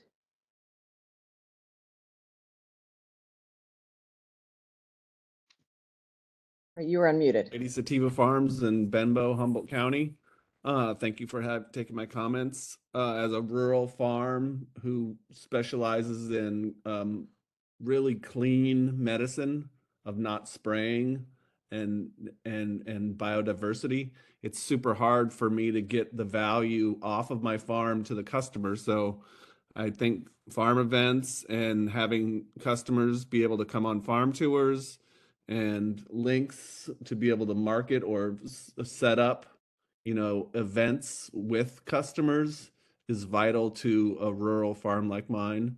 It's I've been so disconnected, I don't even know where my cannabis goes most of the time, and it's really puts me at a disadvantage of growing organic, clean cannabis because that value gets lost in the current system. So I'd like to see CSAs, shipping direct, and yeah, just link to tourism as a whole. Thank you. Thank you. Is anyone else want to raise their hand for public comment on agenda item number 3?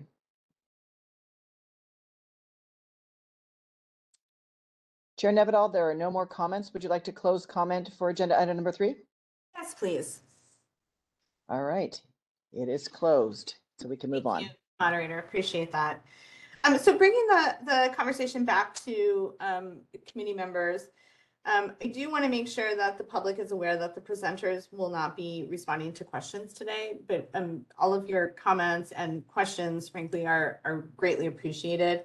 There's not a pathway or a format for presenters to respond to questions. And we are running a little bit behind schedule here. We do have another presentation that was supposed to start at 11.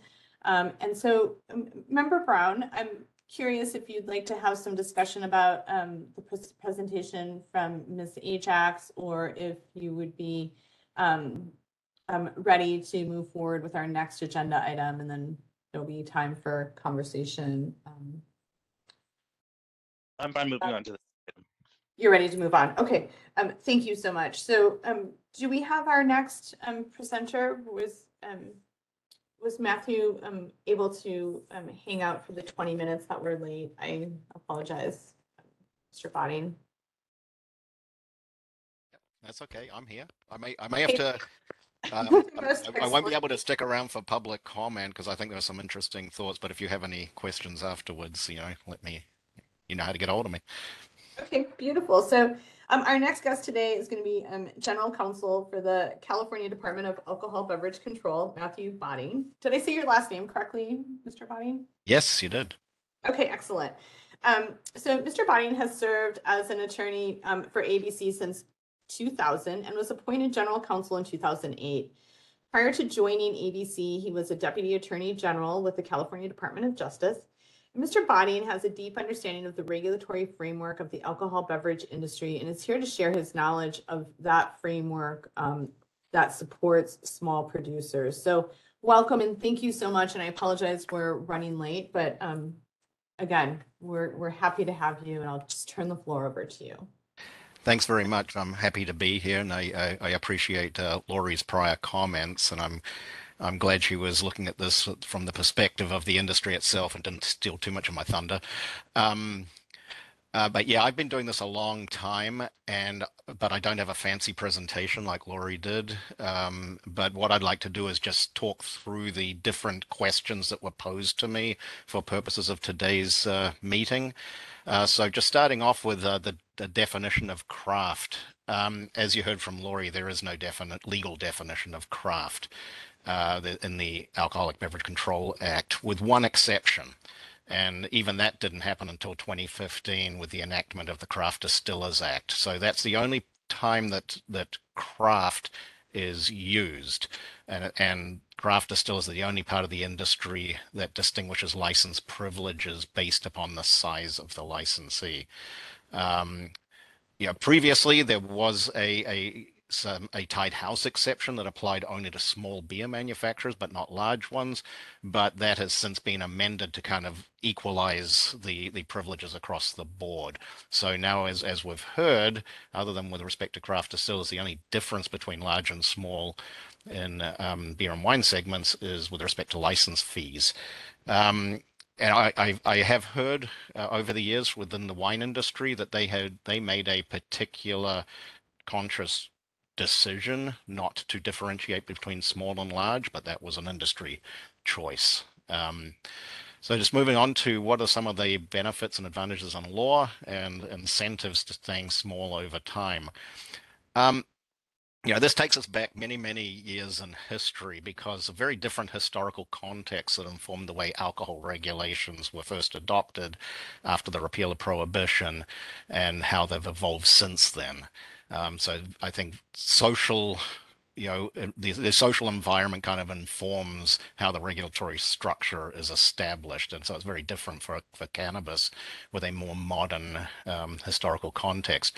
But when you look at alcohol, some of the social harms that led to prohibition being adopted in the first place were really placed at the feet of large alcohol manufacturers that were using their market clout and economic influence to dominate local markets, to the exclusion of small businesses, and to engage in aggressive marketing practices that smaller businesses could not afford, and also led to a lot of the social harms that that prohibition was intended to eliminate.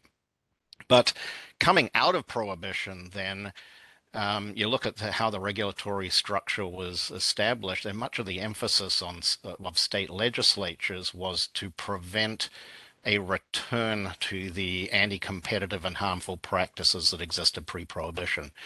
So then the approach generally taken was not to directly incentivize small businesses. On the contrary, it uses kind of an antitrust approach that's intended to really rein in the excesses of large business interests by placing restrictions on certain ownership interests and marketing practices. So while not focusing on promoting small businesses, by limiting the vertical integration and certain practices to avoid undue influence and market domination, opportunities were then created to allow smaller businesses to be able to enter the market and compete on a fairly level playing field. So with that, there are no specific incentives, with one exception, that are really intended to encourage businesses to stay small over time. The one exception, again, is looking at the Craft Distillers Act. And the definition of a craft distiller is tied largely in part to a maximum production limit of 150,000 gallons of distilled spirits.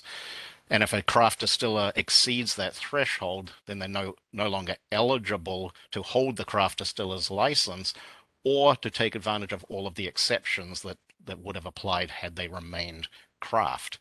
But I'd caution taking this type of approach, because what happens when you adopt arbitrary production caps or any other type of arbitrary defining characteristic, when you consider privileges that extend to small producers but not to large ones, is that they become a bit of a moving target. When a producer starts getting close to the cap, they are faced with choosing to stay small, which can cause them economic harm, or getting bigger and losing privileges, which can cause them economic harm. This then becomes a political issue, with the limits often being extended further, which tends to undermine whatever policy rationale there was for putting the limit in place in the first place. And this is exactly what actually happened with craft distillers. When that license was first created, a craft distiller was defined based upon a maximum production of 100,000 gallons. But as some of the larger craft distillers started getting close to that limit, the industry pushed and the legislature agreed to expand the limit to 150,000 gallons.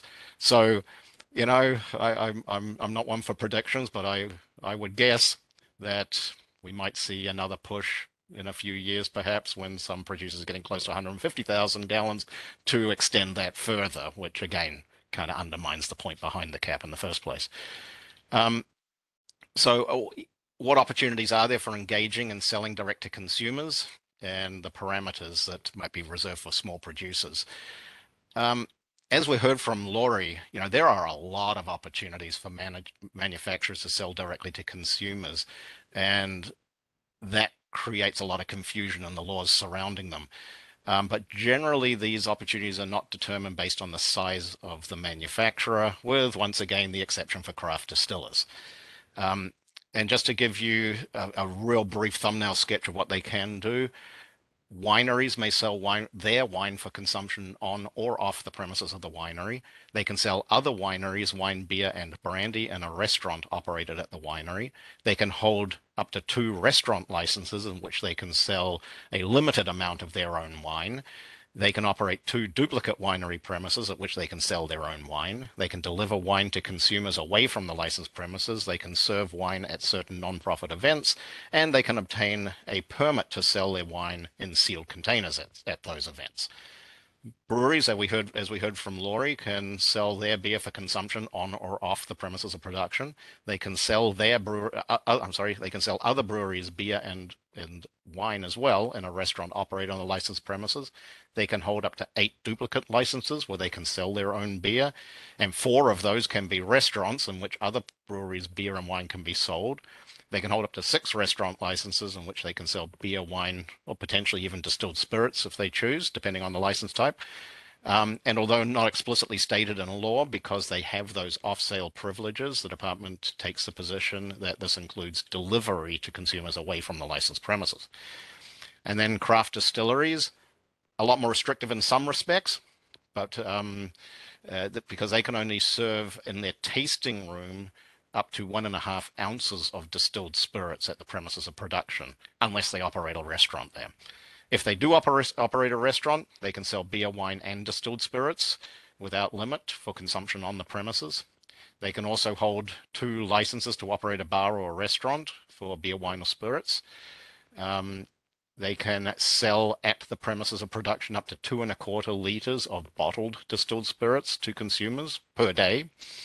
And current law, which does expire at the end of this year because it was a sort of COVID relief measure, does authorize craft distillers to deliver packaged goods to consumers away from the licensed premises.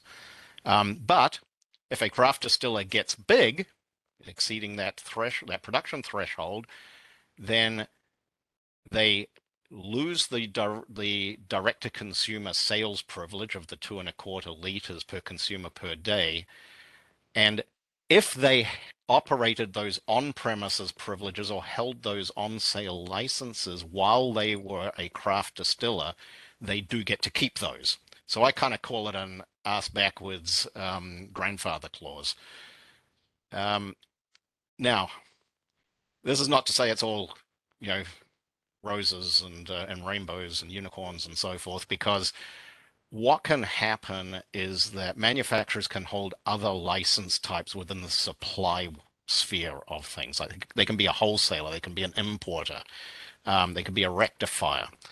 And if you hold these other licenses in conjunction with your manufacturing license, unless there is a comparable privilege for the tied house exceptions that applies to that other license, then they would no longer be eligible to hold those on-sale cross-tier interests.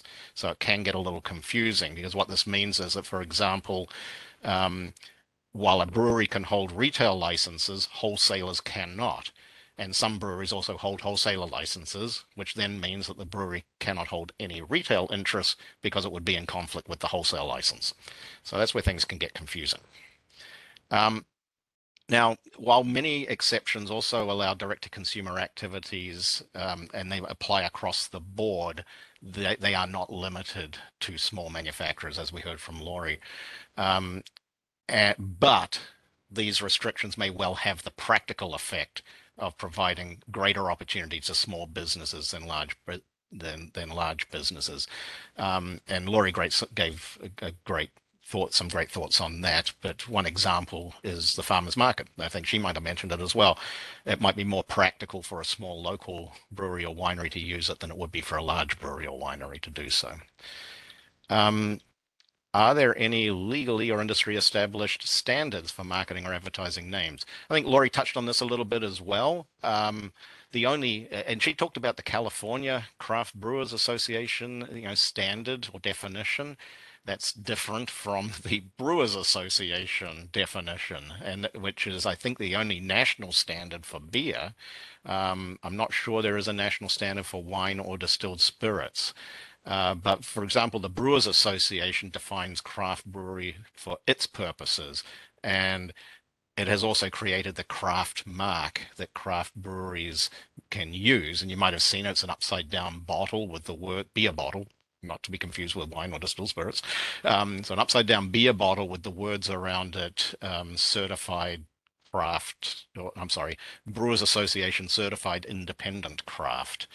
But when you look at the definition of the brewers that the Brewers Association use, it's based on three things: that they are small, small in quotes, because it's an annual production of 6 million barrels of beer or less, which is an awful lot of beer. And if you do the maths on it, it works out at 252 million gallons of beer. And not surprisingly, it was written that way. My understanding is because that encompasses Boston beer, but no one bigger than Boston beer. So it can be a moving target itself. They're also independent with less than 25% owned or controlled by someone that's not a craft brewer, and it holds a federal brewer's notice.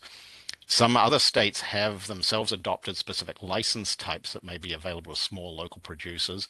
Like in New York, they have a farm winery. But this really does vary state by state, and the privileges and requirements also vary state by state. So takeaways or lessons learned, from the alcohol world. A few thoughts on that, and this is actually an interesting exercise for me to really think about some of these things in context, because we don't typically do that in alcohol with respect to craft because of the lack of definition. But I would say, and we've heard a little bit about this with the discussion that I've heard already today, is that first of all, I think most importantly, this is a regulated product, and the discussion should always be centered on public health and safety policy rather than simply expanding business opportunities. Now, that might be a bit of a personal perspective of mine, but that's how the ABC Act was written, is that that's where the focus is rather than expansion of business. But with that in mind, we at ABC, as Laurie kindly said, we are available to work with the industry and assist, recognizing that small businesses are an important part of California's economy. But balance is often difficult to achieve as well, because the alcohol regulatory environment was established as and you've heard this phrase in alcohol called 3 tiers. And it was just designed to keep the 3 tiers separate. And so whenever there are new or expanded license privileges that are enacted or exceptions to the separation established, there's always going to be some winners and some losers. And that's a policy call for the legislature to make, and is not necessarily the regulator's role to pick and choose in that respect. I would suggest that you take your time. In alcohol regulation, the restrictions are extremely broad and the exceptions tend to be extremely narrow. But expansion of privileges over time has tended to be incremental. I think Laurie touched on that as well. But this is by design, because it's easy to let the genie out of the bottle and very difficult to put it back in if things don't work out quite as everyone intended them to. But because of this, the ABC Act has evolved as an incredibly complex set of laws that create exceptions to the strict prohibitions that allow for some cross-tier interaction and consumer engagement. But this also took 90 years, over 90 years of evolution. The ABC Act was first established right on the repeal of prohibition in 1933. And I think this may go to one of the questions that was posed earlier. probably for about the first, 30 years of its enactment, there was not a lot of change. The cross-tier engagement started happening in the late 50s, and then it kind of, not much happened for a number of years. It probably wasn't until into the 70s and 80s that you started seeing more cross-tier exceptions and consumer engagement exceptions. Now, I would say that in my 20 plus years doing this, it's accelerated and it continues to accelerate. Every year we seem to see more and more statutes proposed to expand privileges, extend opportunities to blur the lines. And there's often good reason for it, but it can make it really, really complicated. And when you're dealing with the three tiers of the industry, it can be a challenge. I would suggest that as you think about this and talk about it, that you stop and think about all of the potential nuances and conflicts in advance, so you don't end up with unintended consequences that can be really difficult to manage. For an example of that is that manufacturers have been incredibly successful over time in getting the laws changed to expand their retail privileges. And in doing so, these tend to be tagged on to their manufacturing privileges, and they do not have to follow many of the same rules that retailers wanting to do the same or very similar things have to follow. An example of that is a brewery tap room and winery tasting room. They are allowed to have minors present, but a bar is not your traditional bar, and we're just talking about where there's only alcohol service. So why should they be treated differently than your neighborhood bar, for example? And that's just one of those weird conflicts that, no one's really addressed.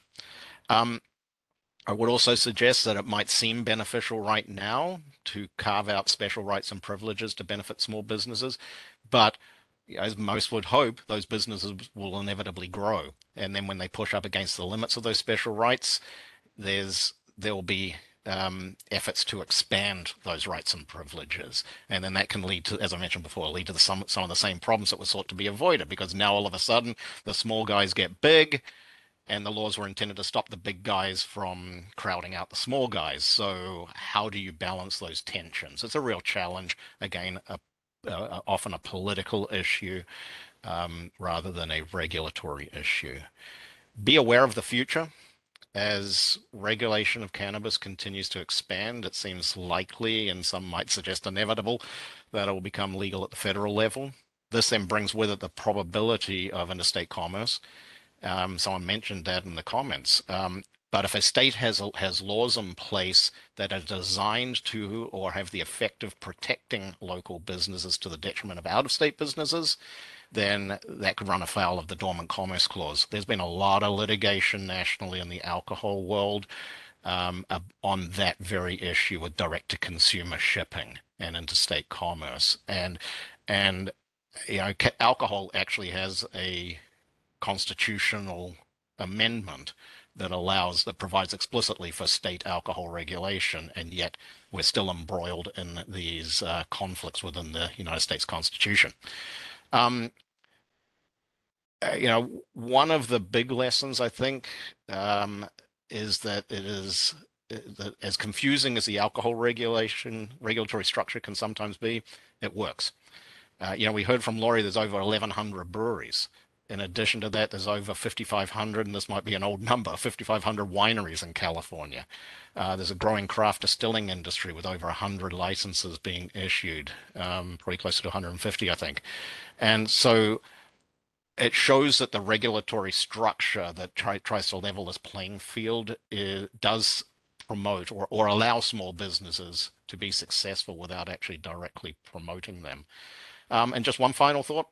changes are industry driven and addressed legislatively, not necessarily with us as regulators.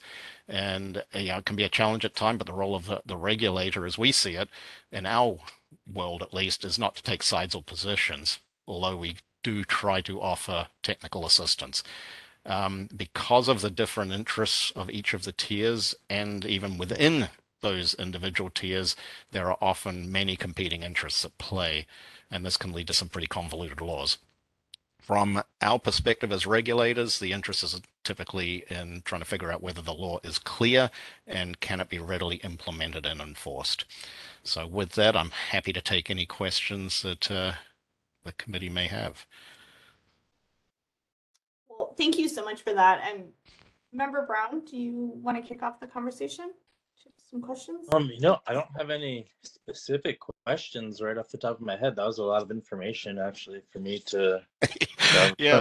from 1933 until present. I'm still digesting some of that. But I really appreciated what you said, about the job as a regulator versus the job as a legislator. I think that's really important to remember. And it made me, just kind of think that I think the legislators still need to be more involved in the boots on the ground. They still need to go to more events and kind of have that sense of normalcy with cannabis that, you go to any legislative event, there's tons of alcohol there. It's a common practice or it's a common pleasure. And so to bring cannabis into that field, I think is important. But no, I don't have any questions currently, Chair Neville. Thank you for that. I was interested in your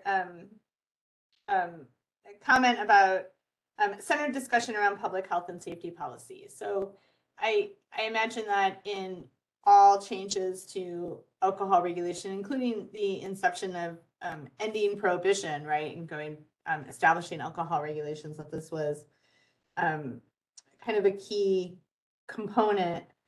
And I guess let me try to thread the needle here a little bit so I can give you a question. I'm just wondering, if that discussion around public health and safety was challenging for establishing regulations that allowed for small businesses to thrive, right? I think, and the reason why I ask that is because it's a delicate balance in so many ways, right? Alcohol had prohibition. There was a lot of alcohol during prohibition that was not safe for public health, right? And was still being consumed. And here we are with cannabis, and we have finally a legal marketplace in California, but we have still a very robust, unregulated marketplace in California, which I think poses a lot of health and safety concerns. So when we're having these conversations about how to manage regulations in California, it's not just about business expansion, although I can see where the messaging and the conversation might come across as that, but I really think there's a public health and safety issue when we don't have a robust legal marketplace, right? And we're in a situation where, yeah, there's this legal marketplace, but the actual unregulated marketplace is more robust. So how do we fix what's going on in the legal marketplace by creating pathways for businesses to enter into so that there's regulations and product safety? Do you have any suggestions for kind of threading that needle, so to speak? Because it's a tricky conversation, because without stabilizing the legal market, we have all of these looming unknown health and safety issues with the robust illicit market or unregulated market we're experiencing. That's an interesting question, and not one that I've given an awful lot of thought to, because as old as I look now, I wasn't around in the repeal of prohibition, so I'm not sure exactly how they figured that out back then, or whether they were experiencing some of the same challenges. I mean, obviously in the cannabis world, it's a little bit more challenging in that, at a very basic level, not that I have any personal experience in this, I understand it's pretty easy to grow. Now, it might not be the high quality stuff that that legitimate producers are producing, but we all know that there's a ton of this stuff coming across, or has come across the borders in the past from, whether it be other states or south of the border. And so, yeah, it's a big challenge. I think you know, today we have a very mature alcohol marketplace that we don't really see a lot of those sorts of challenges in the United States. Part of that is perhaps because there is national regulation in addition to state-based regulation, and I know that's a challenge that the cannabis industry is kind of dealing with. It's like, well, if the feds aren't going to be doing some of this stuff, how does the state do it? And that, because in alcohol, the state does not get terribly much involved in the how the product is produced, the ingredients, the labeling requirements. That's a lot of that's handled at the federal level. I would say my involvement over the years with national associations absolutely helps, because you're learning lessons from other states, as well as you hear about what's happening in other countries. I mean, it's rarely a week goes by that I don't see some news report of a village in India or Pakistan where hundreds of people are going blind or dropping dead because of illicitly produced alcohol, and that's in the distilled spirits world. So that's why distilled spirits in large part is more heavily regulated than beer and wine. You drink a bad batch of beer or wine, you might throw up, but you're probably not going to die. That's also why home brewing and home production of wine is lawful. Home production of distilled spirits is not. It's one of the few felonies in the ABC Act. I'm not sure that really gets to the heart of the question. I think you've got a lot of challenges there, and I don't have a lot of experience in that particular area. Well, thank you for your time and your response. And I don't know, Member Brown, any additional conversation before we go to public comment? Yeah, I do have a kind of one question. I'm curious, does the ABC depend on data analysis when you guys make small changes, or is it just from legal changes on the legislative level? And an example would be, when during the beginning phases of COVID, I think ABC switched to allow to-go beverages from bars and restaurants. Can you expand on that at all? That's probably not a great example because what we actually did then was, in recognition of the fact that we were in a state of emergency and everything was shut down, we made with the administration's blessing, of course, a policy determination not to actually authorize anything specifically, but just to tell people we're not enforcing certain laws as long as you follow certain criteria. So it's a little weird. Of course, cocktails to go became so popular, it seems. I'm not sure that they really are as popular as everyone seems to think they are, but certainly coming out of to the tail end of the worst of COVID, the legislature did authorize statutorily cocktails to go within certain parameters. That, of course, does beg some very, very difficult technical questions that now all of a sudden you've got manufacturers that have to follow specific laws at the state and federal level when they sell, produce sealed containers of alcohol and send it out. And now all of a sudden you've got retailers doing the same thing, but not following any of those requirements. So it's a little bit of a head scratcher in many respects and creates some of those conflicts. But really that was a policy call to just not enforce certain laws in a time of crisis, and then it's over to the legislature to answer the questions on is it a good idea long term? Okay. And then back to the beginning part, what about data? Do you guys look at a lot of... I'm sorry, data. No, tend not to. There isn't a lot of data on some of this stuff because if it's prohibited, then you can't do it, and there shouldn't be any data on it. So how then do you evaluate whether or not it's a good idea? And if the legislature does carve out an exception to allow something, then there's no need to collect data on it because it's now permitted. So it's weird. I mean, ABC has never been a data collection agency looking at industry trends or anything like that. So we do not have a lot of that information at all. And when the policy discussions are held on that, it's really, other parties may have access to information and data that ABC does not. Okay. And then just lastly, does ABC have its own internal quality testing process for products, or do you depend on third-party testing and analysis or certifiers or anything like that? It is wholly dependent on the federal approval. Okay. ABC does not do it. Well, and let me also say, I'm not sure it's really a quality control check. It's, it's because it's largely driven by tax issues at the federal level. But does it have safe ingredients in it? Are they grass?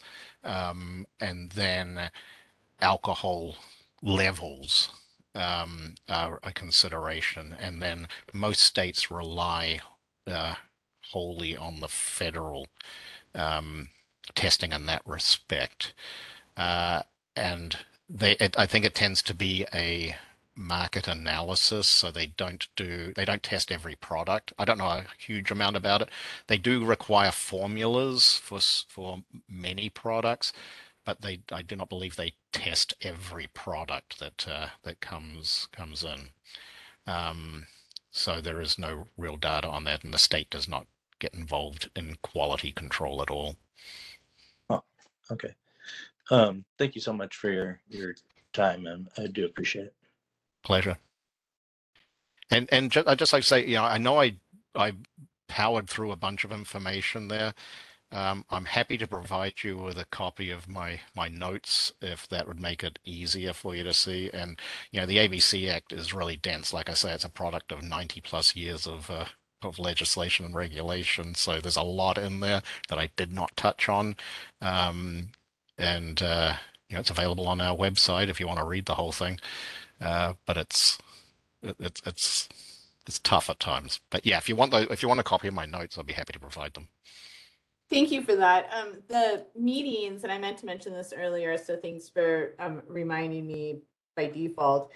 The meetings do get posted to the Department of Cannabis Control's website. So, folks participating today and or members of the public, right, will have an opportunity to go to the cannabis.ca.gov, which is the Department of Cannabis Control's website, and all of the CAC meetings and the subcommittee meetings are posted there for folks to reflect on. So all of the information you provided will be available through that platform.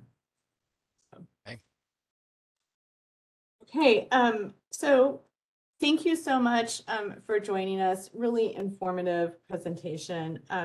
Our next step here is to go to public comment, but before we do that, we've been back at it for a couple of hours, and I think it would be wise for us to take a 10-minute break. So if we could come back at, and maybe we can shave a couple minutes off that 10-minute break, if we could come back at 12:05 and then proceed to public comment, I would appreciate that. So let's reconvene at 12:05.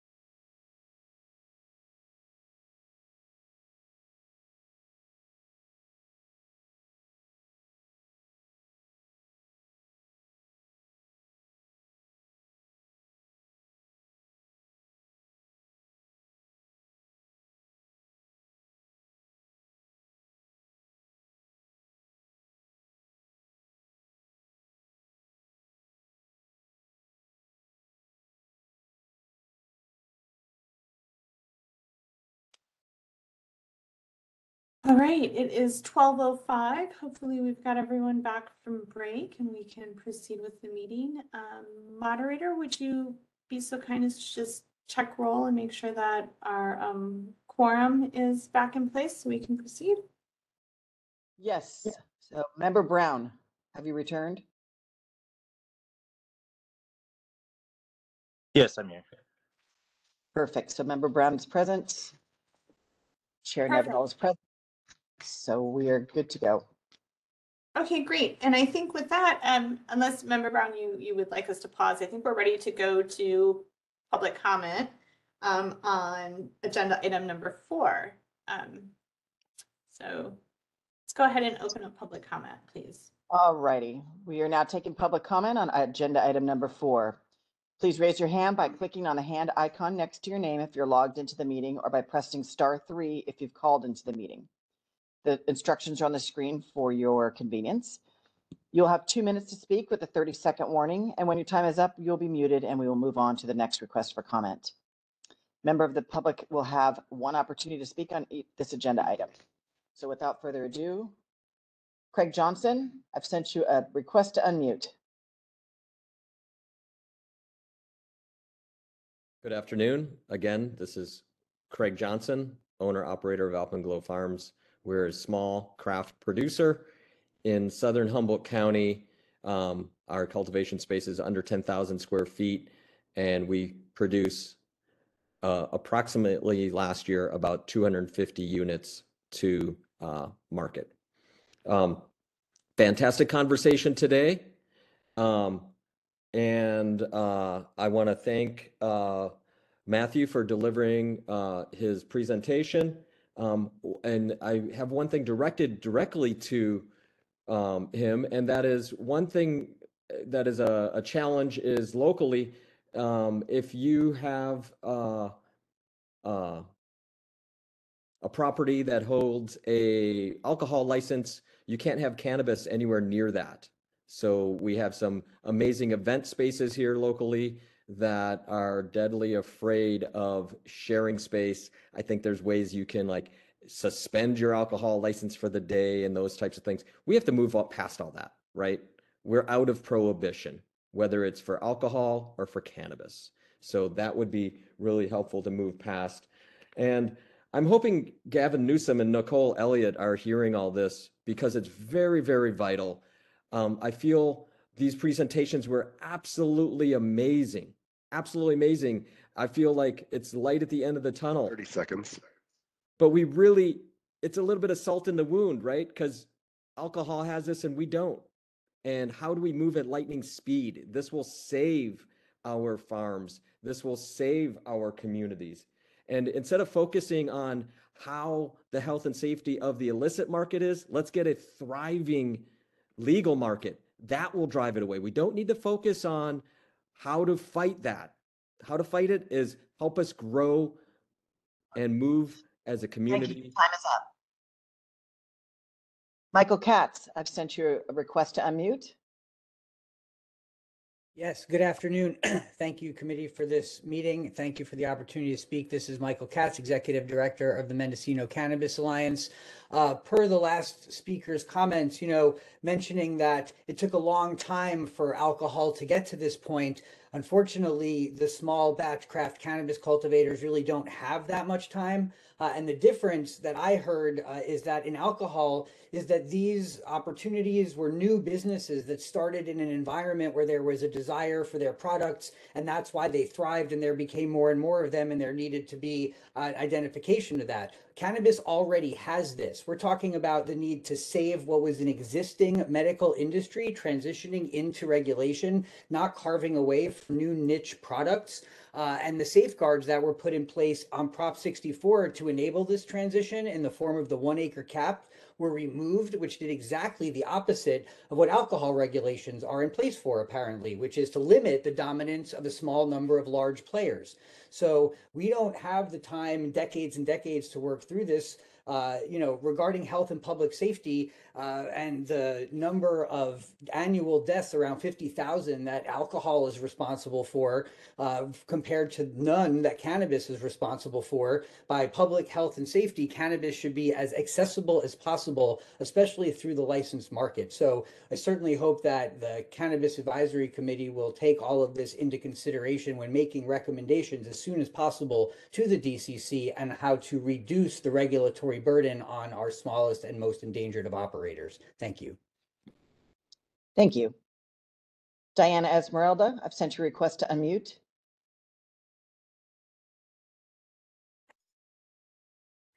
Hello. I just have a couple of things. It's great to have comparisons to alcohol, but cannabis is not alcohol. Cannabis is a plant with a finite shelf life, and unlike alcohol, cannabis degrades.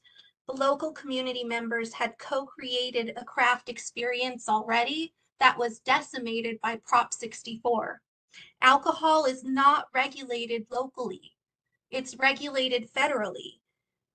In cannabis, the DCC gave that power to local municipalities, which are more susceptible to corruption. The state needs to restore state authority over cannabis. California is already suffering from RICO-like practices in cannabis, but they are looked over and the state refuses to acknowledge and enforce on complaints sent in by the public, namely for Section 15019 of the California codes. My suggestion is to make micro business license and cultivations with less than 10,000 square feet into the craft license and let them sell, let them grow, make their own seeds, do whatever they have to make that perfect cannabis that California is known for. And how will this body identify the cultivators that have already stacked their cultivation licenses and will be lobbying and applying for these craft licensing designations, further decimating the co-creation of the community? Thank you for answering those questions. Thank you. Karen Bayers, I've sent you a request to unmute. Yes. So again, thanks for these presentations. There's so much we can learn from these pre-existing marketplaces that we could use to, shaping up what we're doing here in the cannabis space. So the one thing I want to point out is that in order to do an event, because that's my thing, have a cannabis events license, is that to get an alcohol permit is based on the number of attendees. And so if there's 100, up to 100 attendees, it's $100. No, excuse me, it's $100 if the anticipated daily attendance is up to 1,000. 325 if anticipated daily attendance is up to 1,000 but less than 5,000, and then it goes up to the $1,000 permit, where with a cannabis event permit it starts at $1,000 plus you have to do an additional buy-in to how many events that you want to have, anywhere from $3,000 to $20,000 depending on the number of events you hope to have that year. There's nothing comparison to that in the alcohol model. So I think for smaller events, the tier schedule really should just go away, but should definitely be evaluated. So I just wanted to point out how I feel like that more that we could learn from the alcohol model. And thank you for your time. Thank you. Ross Gordon, I've sent you a request to unmute. Ross Gordon with Origins Council. Really appreciate the discussion. We did send an email to the committee members before this meeting, really encouraging sort of maybe some conservatism with the motion today. I know we haven't yet discussed any specific policy, or the committee hasn't discussed that, and I don't know if the committee is moving towards a specific motion on this agenda. So I just wanted to speak to that in light of the presentations that have happened to this point. And really, at least the sort of recommendations we provided you as Origins Council and listening to the presentations today, what really strikes me is first, really the critical importance of direct-to-consumer sales and direct sales broadly for small craft producers to be successful. I hope that's something that the committee can make a motion and endorse just broadly. And then second, something that really stood out to me in this conversation and the presentation today was the variety of different mechanisms and opportunities to take advantage of that exist within different parts of the alcohol space. So really the five that I heard that come to mind are: one, sales at cannabis events, which could be farmers markets in a different context; two, direct transportation and distribution; third, interstate direct-to-consumer shipping; fourth, on-farm sales; and fifth, vertical integration on-farm more broadly. And so I wanted to recommend maybe those five items be included in a motion for the subcommittee today as just general things which we should aim for, to have a variety of different options. The details of those are obviously more complex, and given that we haven't really gotten into that today, I don't know if it's really appropriate to include those in a motion. So all that said, just wanted to make that recommendation, and finally wanted to recommend that if the committee does want to make very specific recommendations, I do hope that you open back up to public comment, so there's an opportunity for the public to give input on those. Thank you. Thank you. Michelle Schott, I've sent you a request to unmute.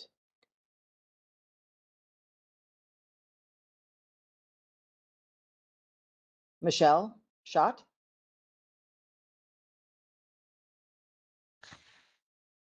Michelle, oh.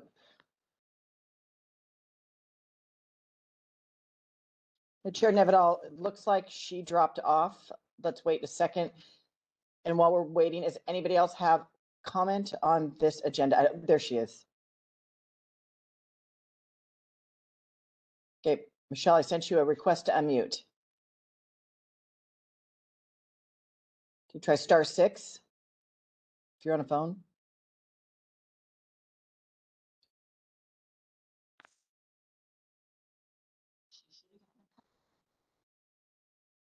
I just resent the request to unmute.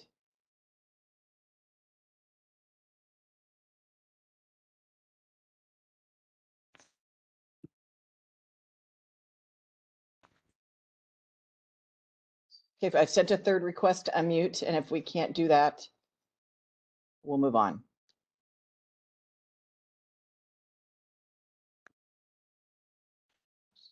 Chair Nevedal, it looks like we cannot get Michelle Schott on the comment.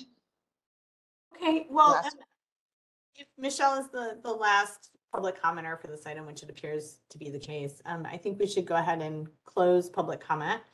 Ms. Schott might want to log off and perhaps log back on. We do have our next item, I believe we have public comment for items not on the agenda.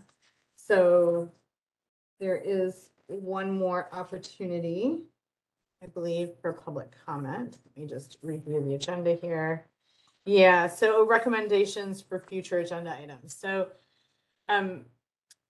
let's go ahead and move into agenda item number 5, again, which is recommendations for future agenda items. And I do want to remind members of the public that the presentations that the subcommittee received today were not agendized for a vote or a recommendation. So they were purely informative, and I think may perhaps inform future agenda items for the subcommittee.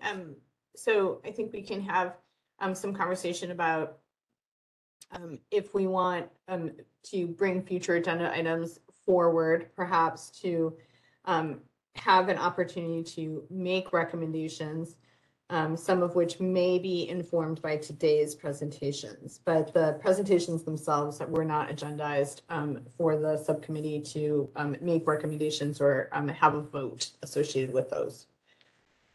So Member Brown, I think we can easily take some time to consider future agenda items before going to public comment on this item.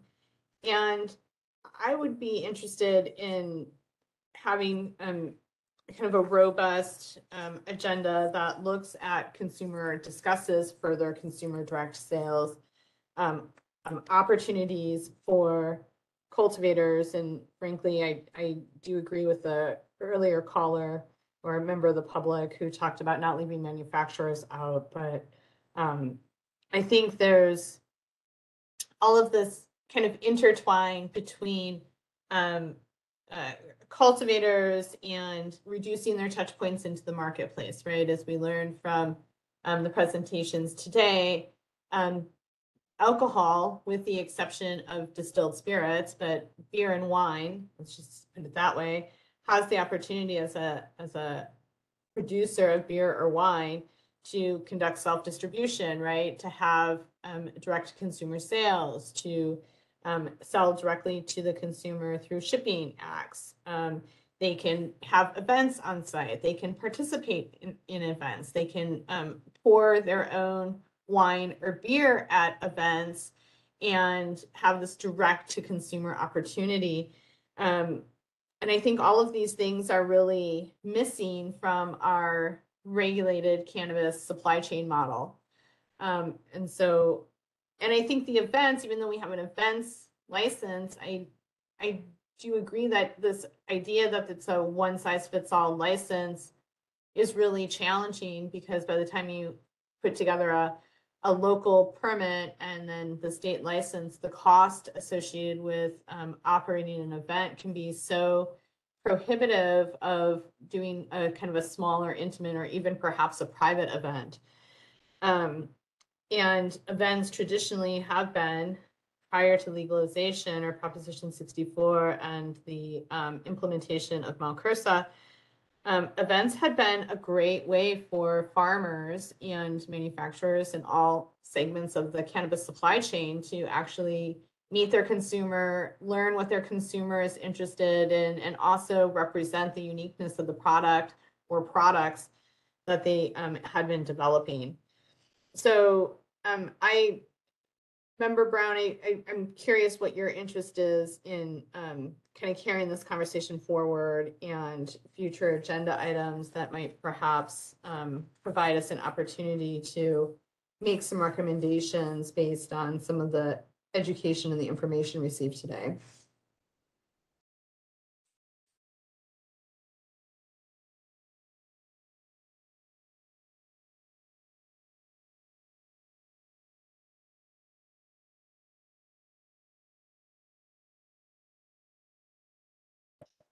Member Brown, did you have any recommendations for future agenda items, or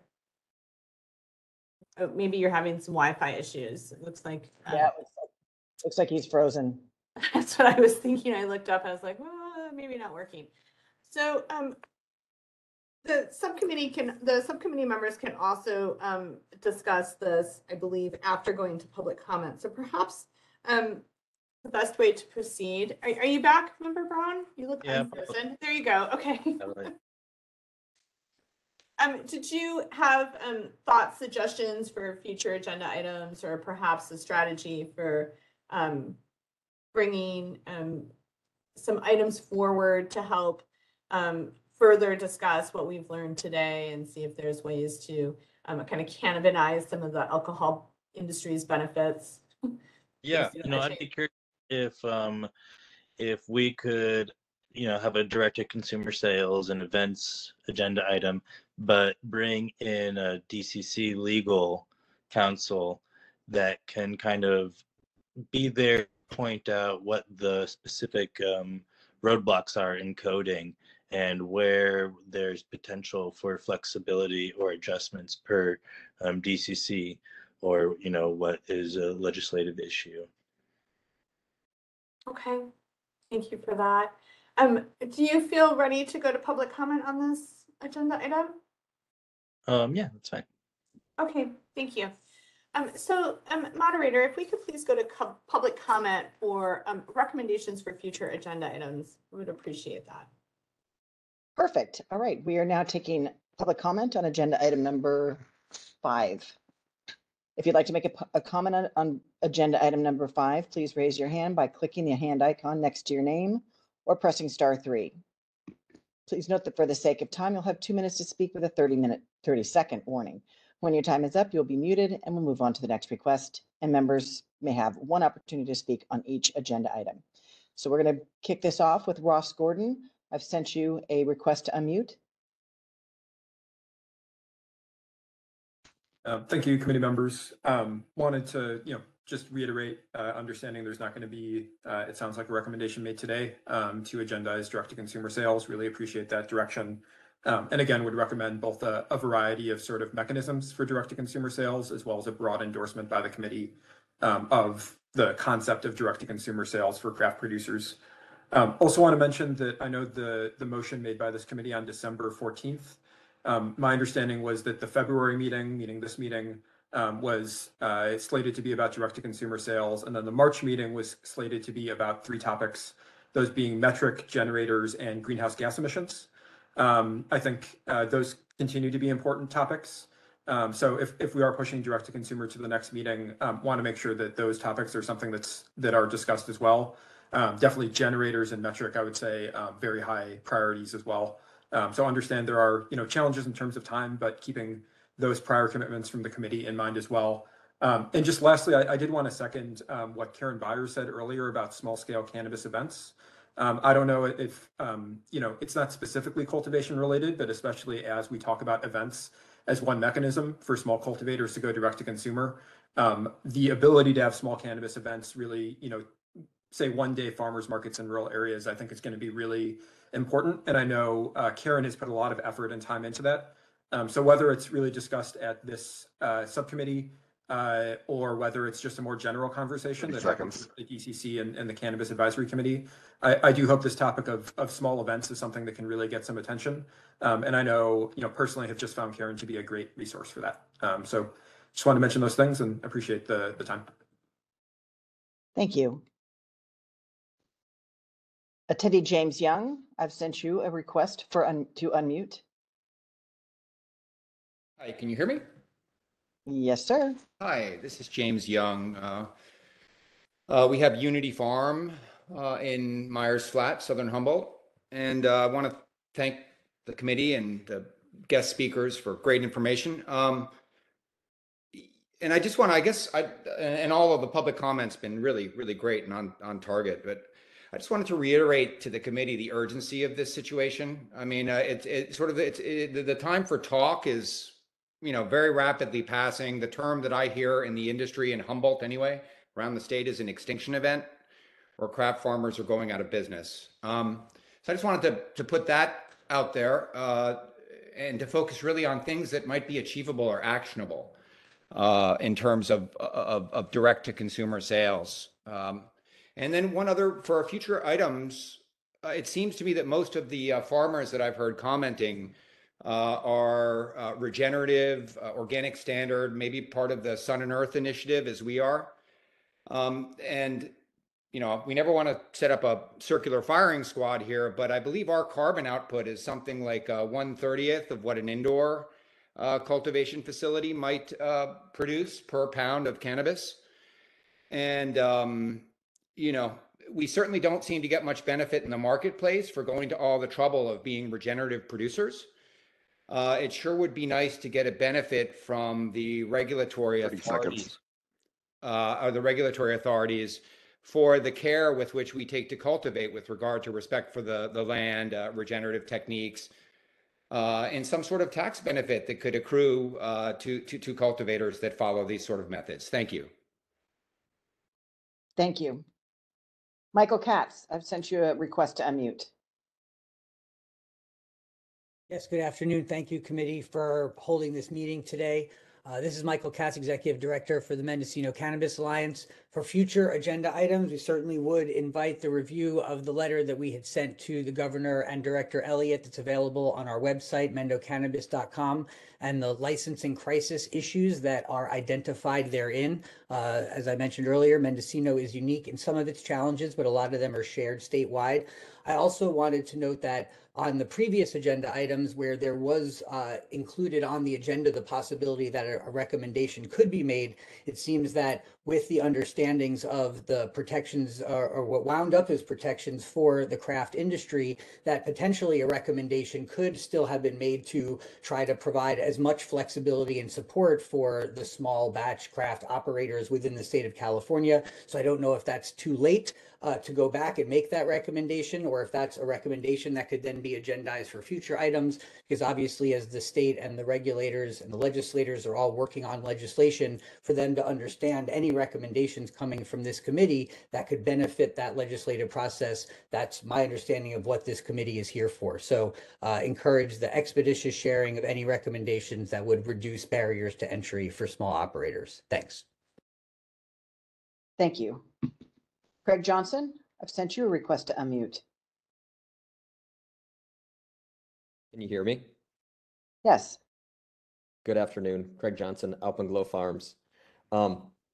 Yeah, for future agenda items, we definitely need to bring this back, and we need to move again at lightning speed. We need to be able to have events. We need to be able to allow the farmer to test their batches, allow the farmer to hand product. We love what we do. We're passionate about what we do. We want people to come back and purchase from us directly. Currently, at an event, I can't even touch my own product. Like, I can't be trusted now that it's in a container. We really need to move past that. So we need to keep this conversation of events and what could really save us. And one last point was, one of the things that was brought up in the last conversation was getting too big and the challenges of getting too big. Let us thrive. Let us solve that problem. I want to get too big. Let me think about getting too small instead of figuring out how to just survive. So I think cannabis events are at the forefront, and also helping Mendocino County get through their process, that the challenges they are having. Thank you so much. And I appreciate this committee. You are our voice to Gavin Newsom. You are our voice to Nicole Elliott. And please, please hear our words. We keep showing up and we will keep commenting. We need 30 your seconds. help. We need your help to move this ahead fast. And I can't stress that enough. Thank you. Thank you. Michelle Schott, you're back. I sent you a request to unmute. Yay, you're unmuted. Good. You kept giving me a message. There, So you are. How does the DCC, the governor, the legislature get the information from these meetings? Is it distilled? Is it summarized? And who decides what gets to them? That's pretty much it. And that can be answered in the next meeting. Great.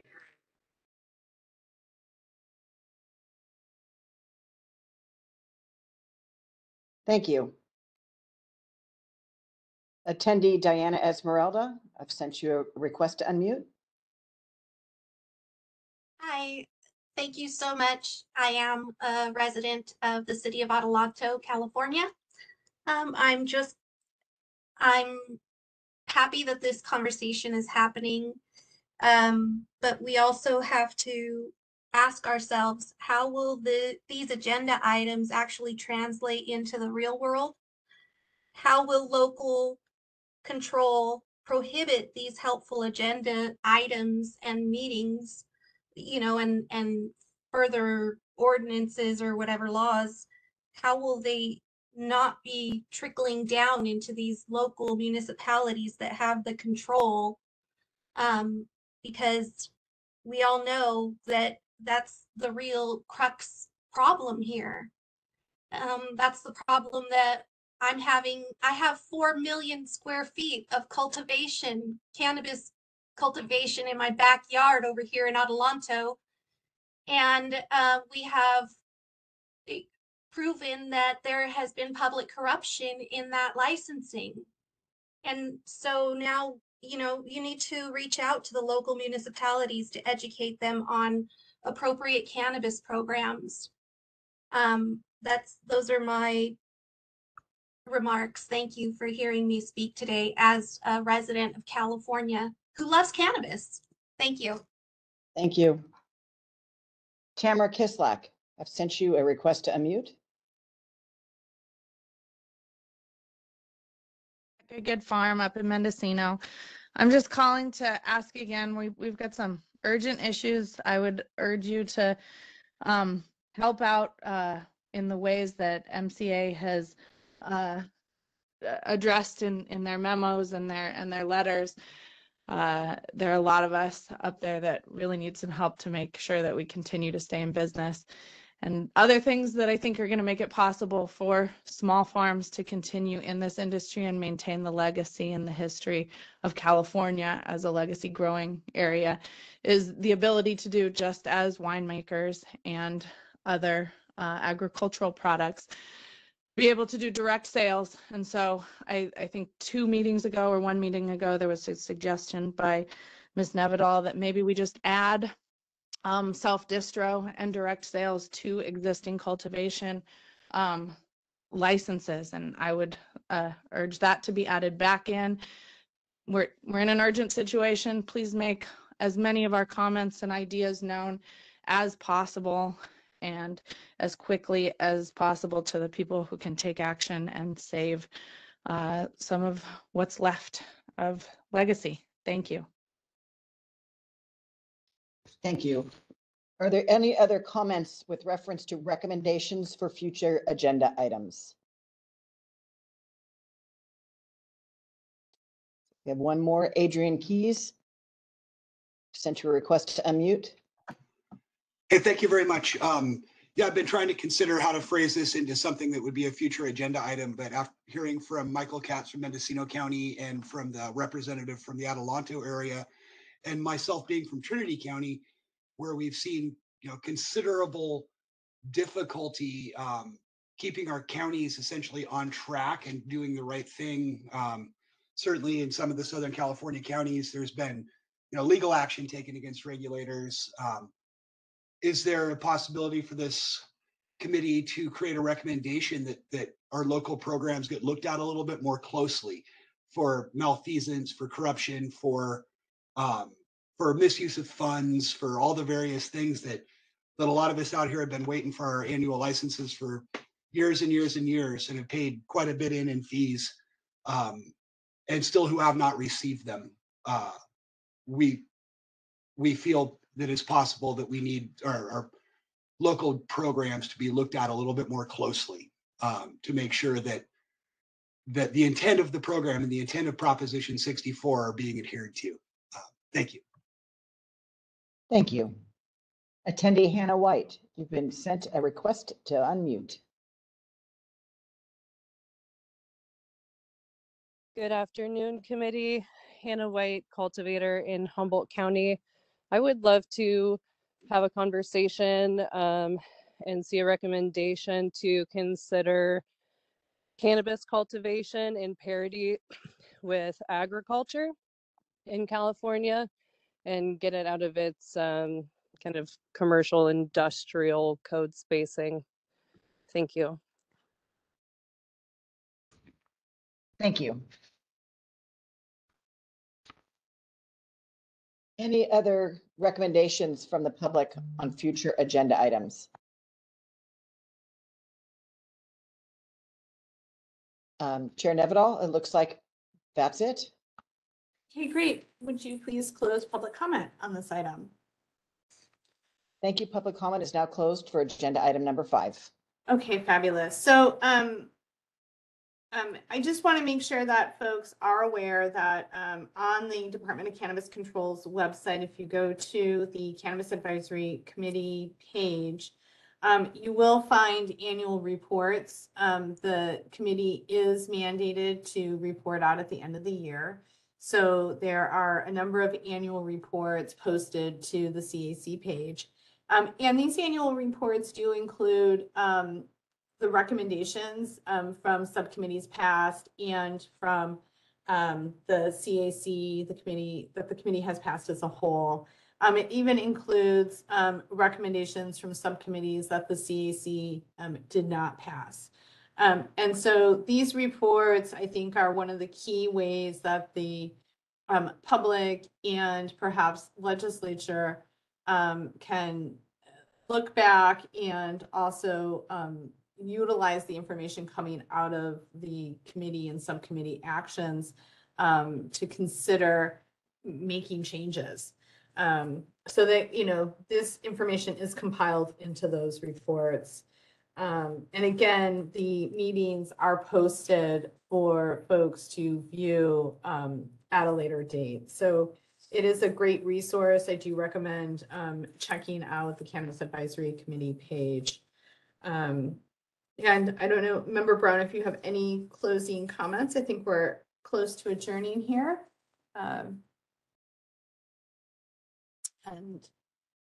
so any closing comments for today's meeting? Member Brown? No, thanks so much for putting together those great presentations. I think it was important to definitely hear members of the public, members of the cannabis industry stressing the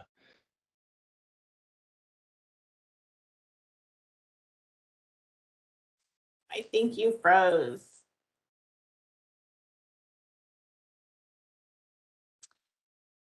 So we'll see if we get Member Brown back in a moment so he can complete his comments. But I think, you know, to Member Brown's point, I certainly do recognize the concern, the timelines for provisional license renewal and elevated environmental requirements are right around the corner.